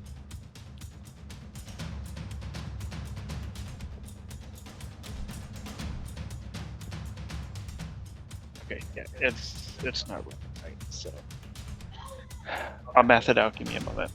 I know. I'm waiting. I'm letting you math. Got this. Yeah, I believe in you, Phil. Crit hits. So, all right. So Also, it's a good roll, too. 2d6 is 4. 2d6 is 12. No, for the rolls. Oh, yeah. Yeah. Oh my god. Okay. 1d8 plus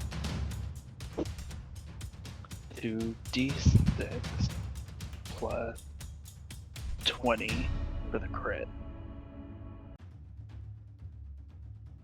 2d6 is 12 plus 8 plus 25. Sorry. Okay.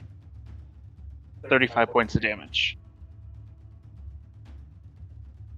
Yeah, you let loose this arrow, and it goes and it sinks right into the mouth of this skull that was getting ready to lament about how he was surrounded by so many things, and it just chunks, takes off one of his teeth.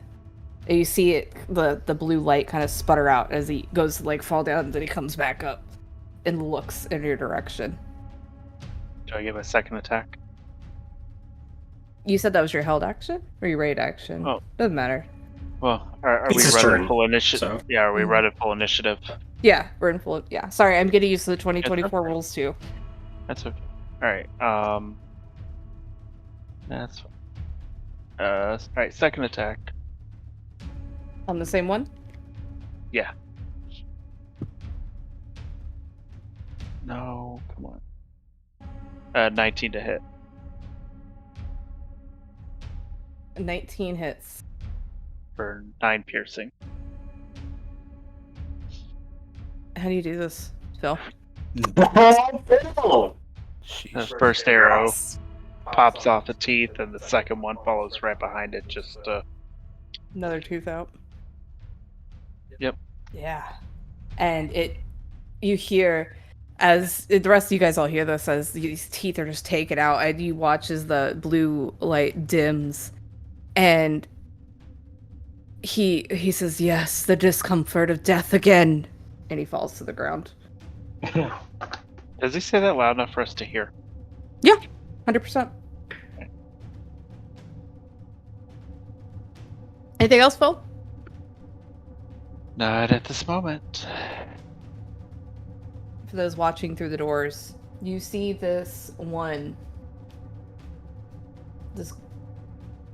orange one come up.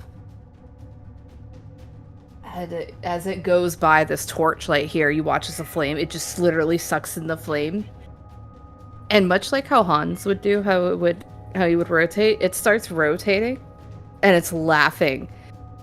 And you see its red eyes, all of a sudden 2 beams come out from it. And let me go ahead and measure this out. What? Diona, uh-oh. Hang on, I'm checking his line of sight. Okay, yeah, he'd do it behind Cora. Got it. Alright. See, that's why I love this. I can see this line of sight here. And I need to check. Sorry, I am not somebody who does well with casters. So Do you want me to draw a 20-foot radius sphere for no particular reason? Nah, I just needed to know how big that was. Thank you. You got it. Okay, so there's... I didn't say how big the room was. I said I cast Fireball. that spell. Can you guys see that? Yeah. Yep. Oh, Diona, no. If you are within the red circle, you need to make a dexterity saving throw as the room ignites into a fireball. Val and Cora, you both have +3 to your dexterity saving throws from from Ambrosia. Counter fireball with a fireball. No, just kidding. Cora also Diona. takes half damage. Yeah. Nice. No damage. I'm trying to see what the AC is. That's probably. Is that good enough? Is that good enough? It is. Oh, But that's okay girl. for Ambrosia. I'm gonna save it. No. Wait. Would Diona have advantage because she's half in the radius? no, I'm I don't do that. just arguing for her sake. Okay, fair enough. I understand. She's in the area of effect that's gonna happen. You make sense. Yeah. He didn't. No.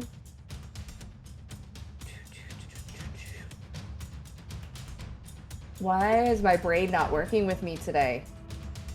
8d6. Thank you. I'm like sitting here looking at the spell and it's not telling me. I'm like, excuse me? Thank you. Well, they could upcast it though. It could be like casted as a 5th level spell for all I know. But base is 8. I mean, I don't know. Oh, it rolled low. You guys got lucky. Yes. Ooh. Oh. Right. Holy crap. Everybody takes half. Take none. Everyone take.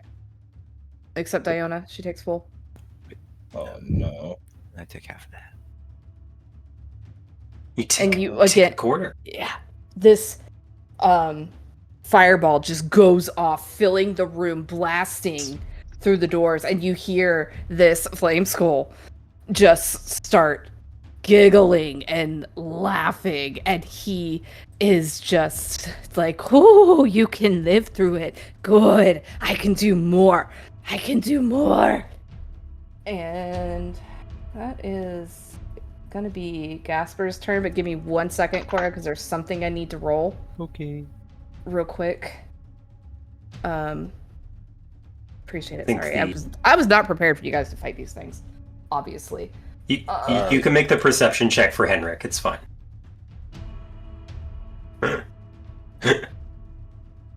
You're funny.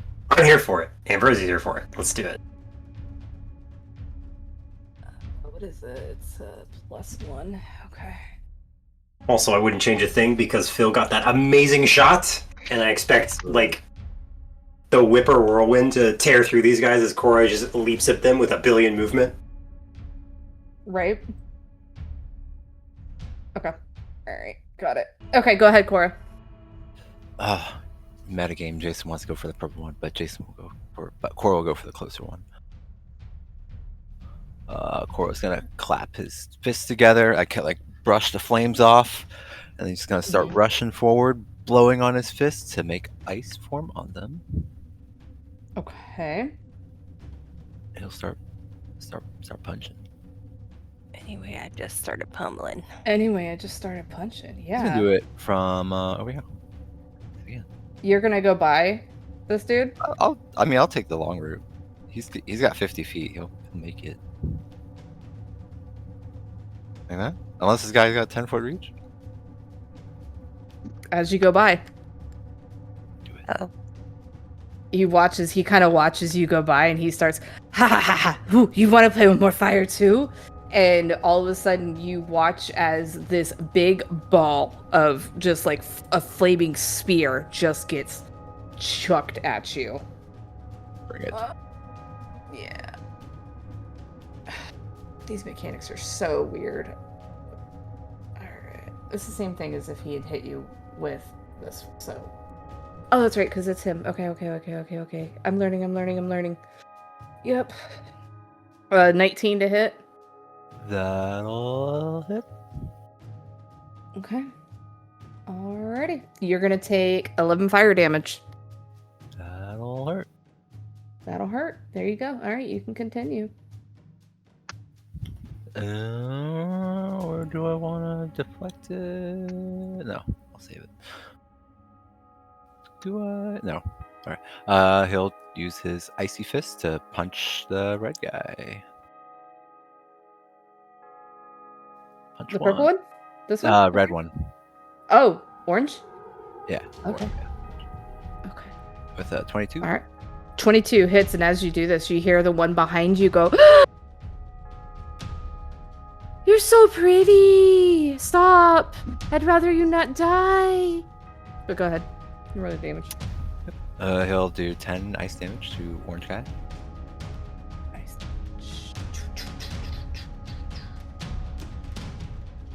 Ice is cold, right? Yes, sorry, cold. Okay. Yeah, you go to punch him with your cold damage, and you can see like you physically hit him, but the fire just burns all the cold away, and it does absolutely nothing. Fudge. Alright, well, it'll be lame then. Then he'll shake the ice off one hand, and then just grab his fists again, and it's just like a burst of energy comes out, and he'll just switch to force damage. It'll be lame. Okay.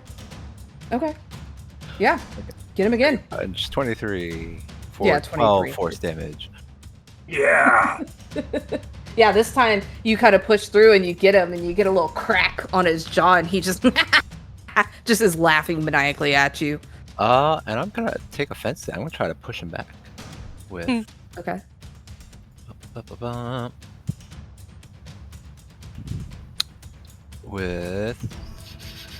Sorry, Tavern Brawler. I just push him 5 feet back. Yeah, just gonna push him 5 feet away from you towards Val. Mm-hmm. Boop. Done. And then with purple, he's gonna turn around and punch purple. No, I'm too pretty like you. Don't, please. Dirty 20. You hit her. 12 force. Yeah. And you kind of punch Nice! her. And you see she kind of like flickers. She's like, stop. It'd be such a waste for a beautiful pet to get ruined. Stop. I'm gonna try to grapple it. You're trying to grapple her? Yeah. Yep. Because that Okay. Tavern Brawler feat, though. Yeah. Oh no, it's fine. I just think it's funny. Strength or Dex with DC 15.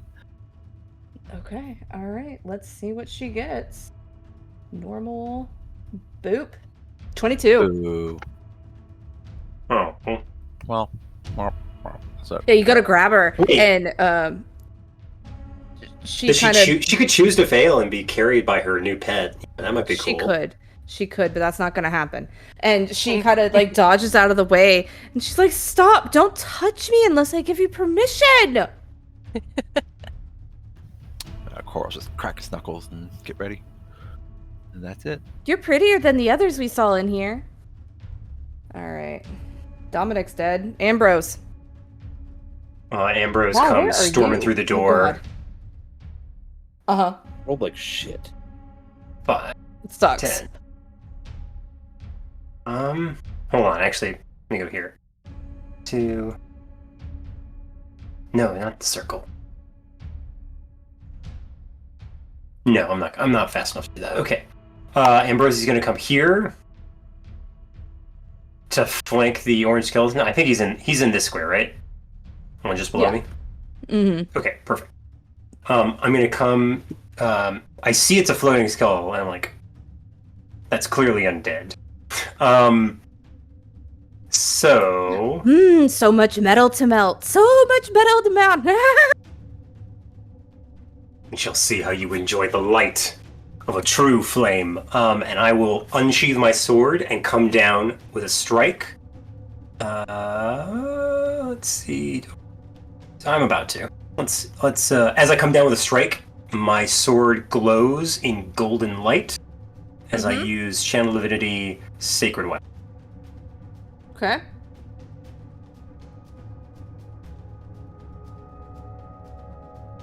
Okay. All right. First attack. 18 to hit. That'll hit. Mm-hmm. Okay, you're gonna take 11 points of radiant damage, Okay. and you are sapped. So you have disadvantage on your next attack roll. And I'm gonna follow up with second swing. Okay. Mm-hmm. 28 to hit. Okay. That'll hit. 12 points of radiant damage. Yeah. It's still up. And it's just laughing maniacally in your face. Like, ha ha ha ha.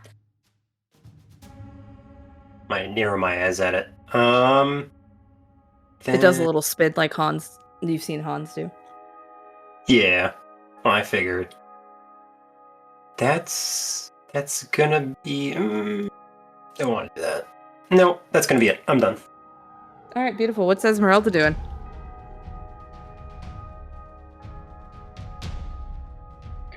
Gotta unmute. Alright, so she's gonna pop 2 shots off at the Mr. Orange over here by Ambi. So.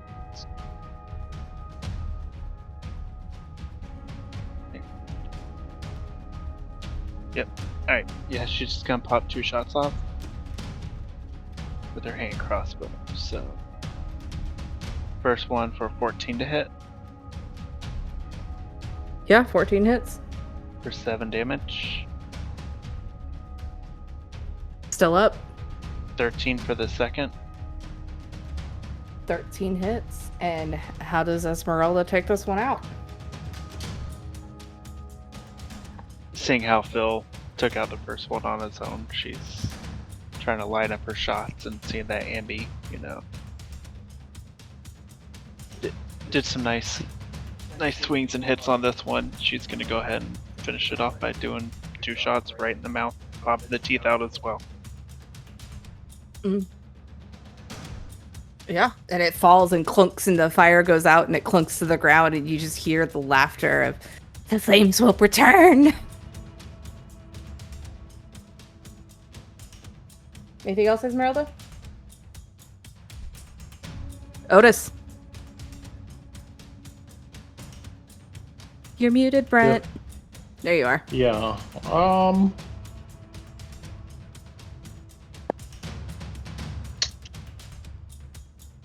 Let's see.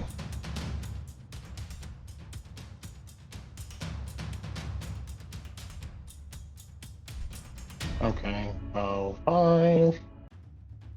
You could have killed them like I did? You hear Hans laugh at you. You said you're gonna kill them like I did? Mm-hmm. What? Mm-hmm. Then he's just spinning in the air, looking at you. See what you do.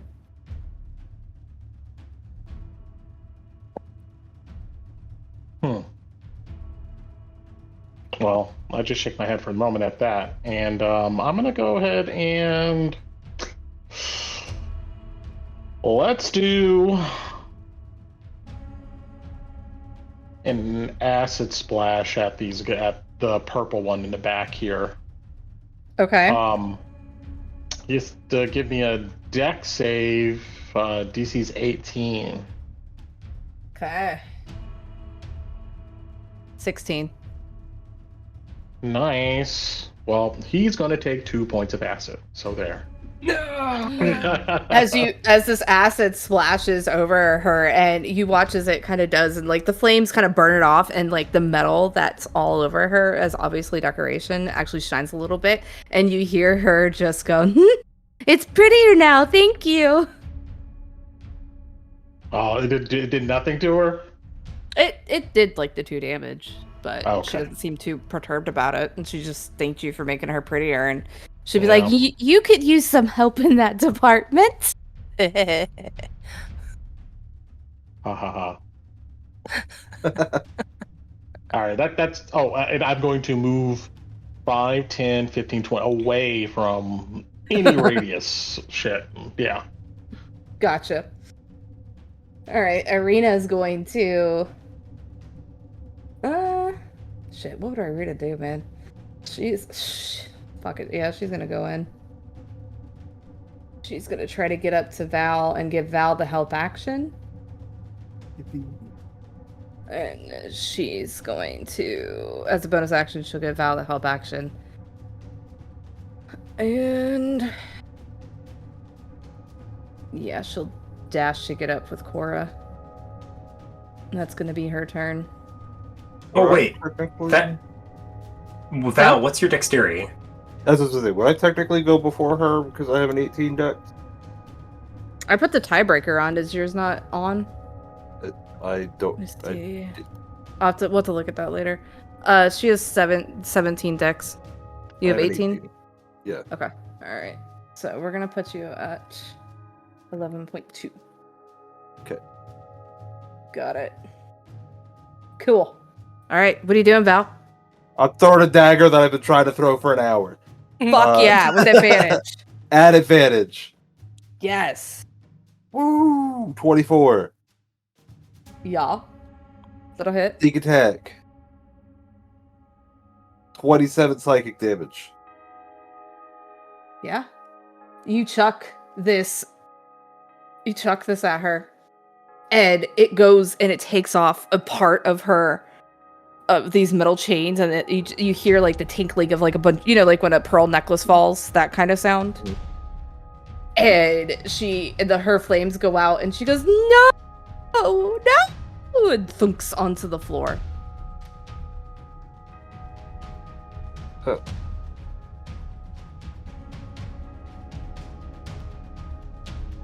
You guys are out of combat. All right. Of course, gonna pat the fire off of him from the spear. Are you Mhm. okay? And Bailey's gonna like move forward a little bit. Everybody look. Oh, I've been working. Yeah. Ambrosia looks slightly scorched, but other than that, he's fine. That looks untouched. He looks at Diana. Yeah. She's a little scorched. She's fine. She seems more annoyed by it. She's like, I'm fine. And she sees you looking at her. I'm fine. Just go find the Alright. others for me, please. She nods, looks back at Irina. Says, Irina's following you. Okay. Mm-hmm. As we're heading out the room, let's go look at Otis and say, Otis, they were making comments about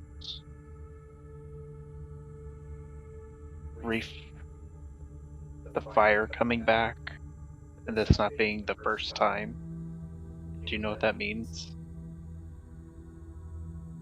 I just glare at Hans. I go, apparently it's not the first time. I'd imagine these things regenerate over some time and come back. How do we stop that then? I don't want to put them in the bag of holding. Let them loose later. It's a random spot. And, I mean, if we throw them outside the temple, will that keep them from coming back? I mean, is their magic stuck here? There's wards and guardians probably all over this place, so I'd imagine if it's not these skulls, it's some others. I don't know if... I don't think we have magic powerful enough to stop them from coming back. Maybe delay it. I'm not sure I would want to waste energy on dispelling magic on these things. Plus, I mean, what, 3 or 4 of them? 3 so far. Maybe if we find a box, we could just throw all their bits in there. We should definitely, yeah. I turn to Hans. What do you mean that you killed these things before? You'd find out if you talk to them. They might remember. As you he don't says remember? Sorry, I can't understand it. Never mind. that. Well, I can understand because I can understand the thoughts of Yeah. Otis. No, you okay. can understand Hans. He's speaking Yeah, in common. Bailey as he will says definitely make one. that snide comment then. And as he says that, you, outside this door, Phil, over to the right, you hear the sounds of footsteps echoing across the frozen floor. You doing anything? I step back and search for another attack. Anybody else do anything? Do I notice we all Phil? hear this. Yeah, I let y'all know telepathically. Like, there's footsteps coming from this end. Heading this way. And Phil's got an That arrow Henrik knock person. pointing at the door. There's an action. The strike if it's an aggressive creature. Mm-hmm. I recast my ward. Okay, front. And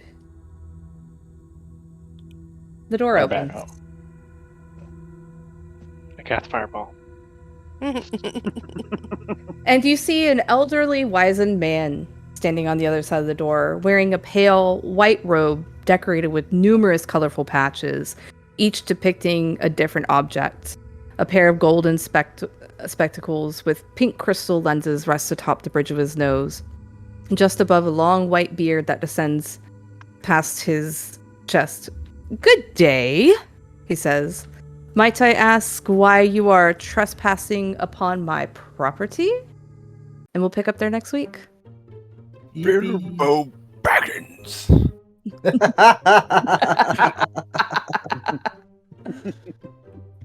Oh, man. Y'all killed my skulls.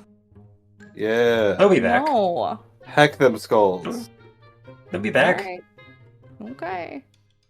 I don't trust them. We're just trying to take out the aggression the party has had towards Hans this entire time. It's a good For effort. real. For sure. I will It feels 100% like it. admit that. I wanted to play my crazy skulls and you killed them. Yep. This Look, is so they get exciting knocked for them. down, they'll get up again. They're never going to be kept. You know? Welcome to the Amber Temple, guys. Yippee. Oh, man. Who wants to start us off? My good is... I'll start. I never start. My good is that the skulls were not as bad of an encounter as I thought it was going to be, where I thought we were cooked, and I was really worried, and then it wasn't as bad as it could have been. And then my bad is that this dude could be something bad. So I don't know. All the unknowns. It's bad. But I will say my MVP is gonna go to Otis for wanting to put Hans in the bag. I liked that he was willing to basically take his buddy and just shove him in a bag of holding. That made me happy. I'll take it. Yeah. Some interesting developments here with Hans. Some pieces are starting to come together here. So, we're gonna see. Bad is, it would have been great to be able to talk to the skulls, guys. Sorry. That's okay. I get it. Pages deleted. All right. My jeez. Shit. Oops. But no, we learned a lot. It was a good introduction here, and I don't have any real bad besides that. Good. We're just getting now into it. It's exciting to see what this temple is going to be about. Hopefully, there's more chances to get some more information. MVP.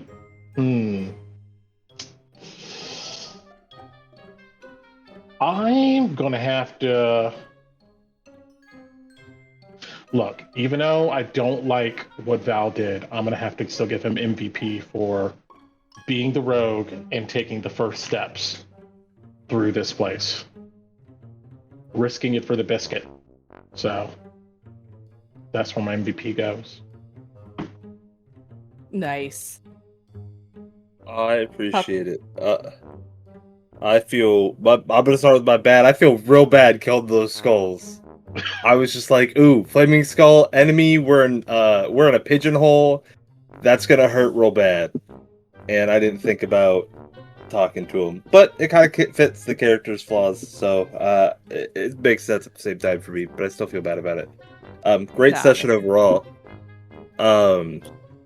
It was great. It was a great time. A lot of lore, a lot of good conversations.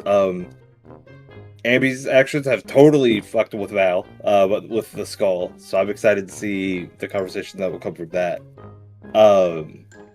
My MVP, I'm gonna give it to Otis for being Mr. Skullman.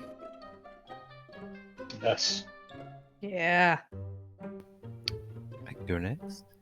Heck yeah. Come on. My good is the DMing with the skulls and the chatter they had. I dug it. And also for Hans, always dig it. Bad is we killed the skulls, but whatever. MVP goes to Otis for finding the crack, because I think we were all just kind of like, oh, let's go in the front. And then Otis ran around and found the crack on the side, and then that got us in that way. So who knows what that helped with us avoiding. And then just general Otis RPing. It's just always great. So always enjoy listening to it. Nice.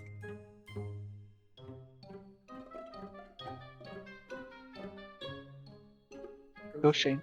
I can go next. My good for this session is that we're finally at the Amber Temple, guys. It happened. We made it.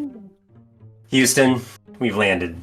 And I couldn't be more excited.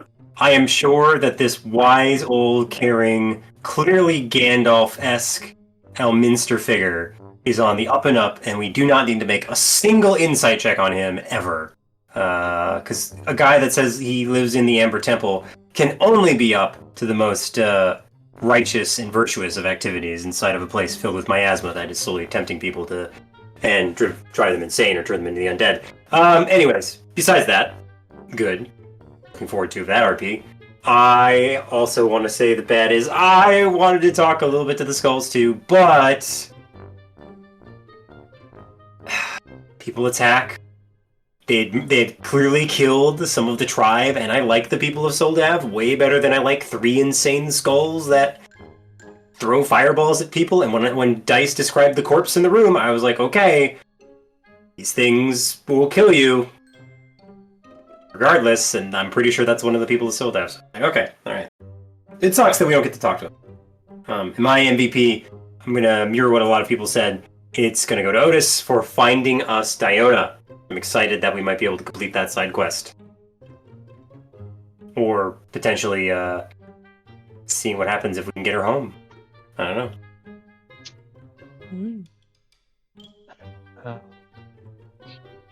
Alright. My good. We got to have combat. Been a couple sessions. My bad. Once again, we're in a spot that my photographic memory has really kind of screwed me in. So, I'm just here for the fun in the Amber Temple. Trying not to give anything away or do anything that's like, hey, what about this? But it's gonna be fun seeing how all this really plays out in the rewrite. So really looking forward to that. I would give MVP to Otis as well, but I'm gonna go a different arc, and I'm gonna give it to Val for indulging my impulse control and trying to take the first shot on these skulls, because fuck those skulls. I don't care that they have words to speak.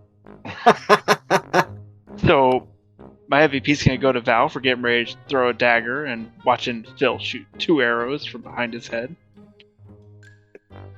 as his reaction. So yeah.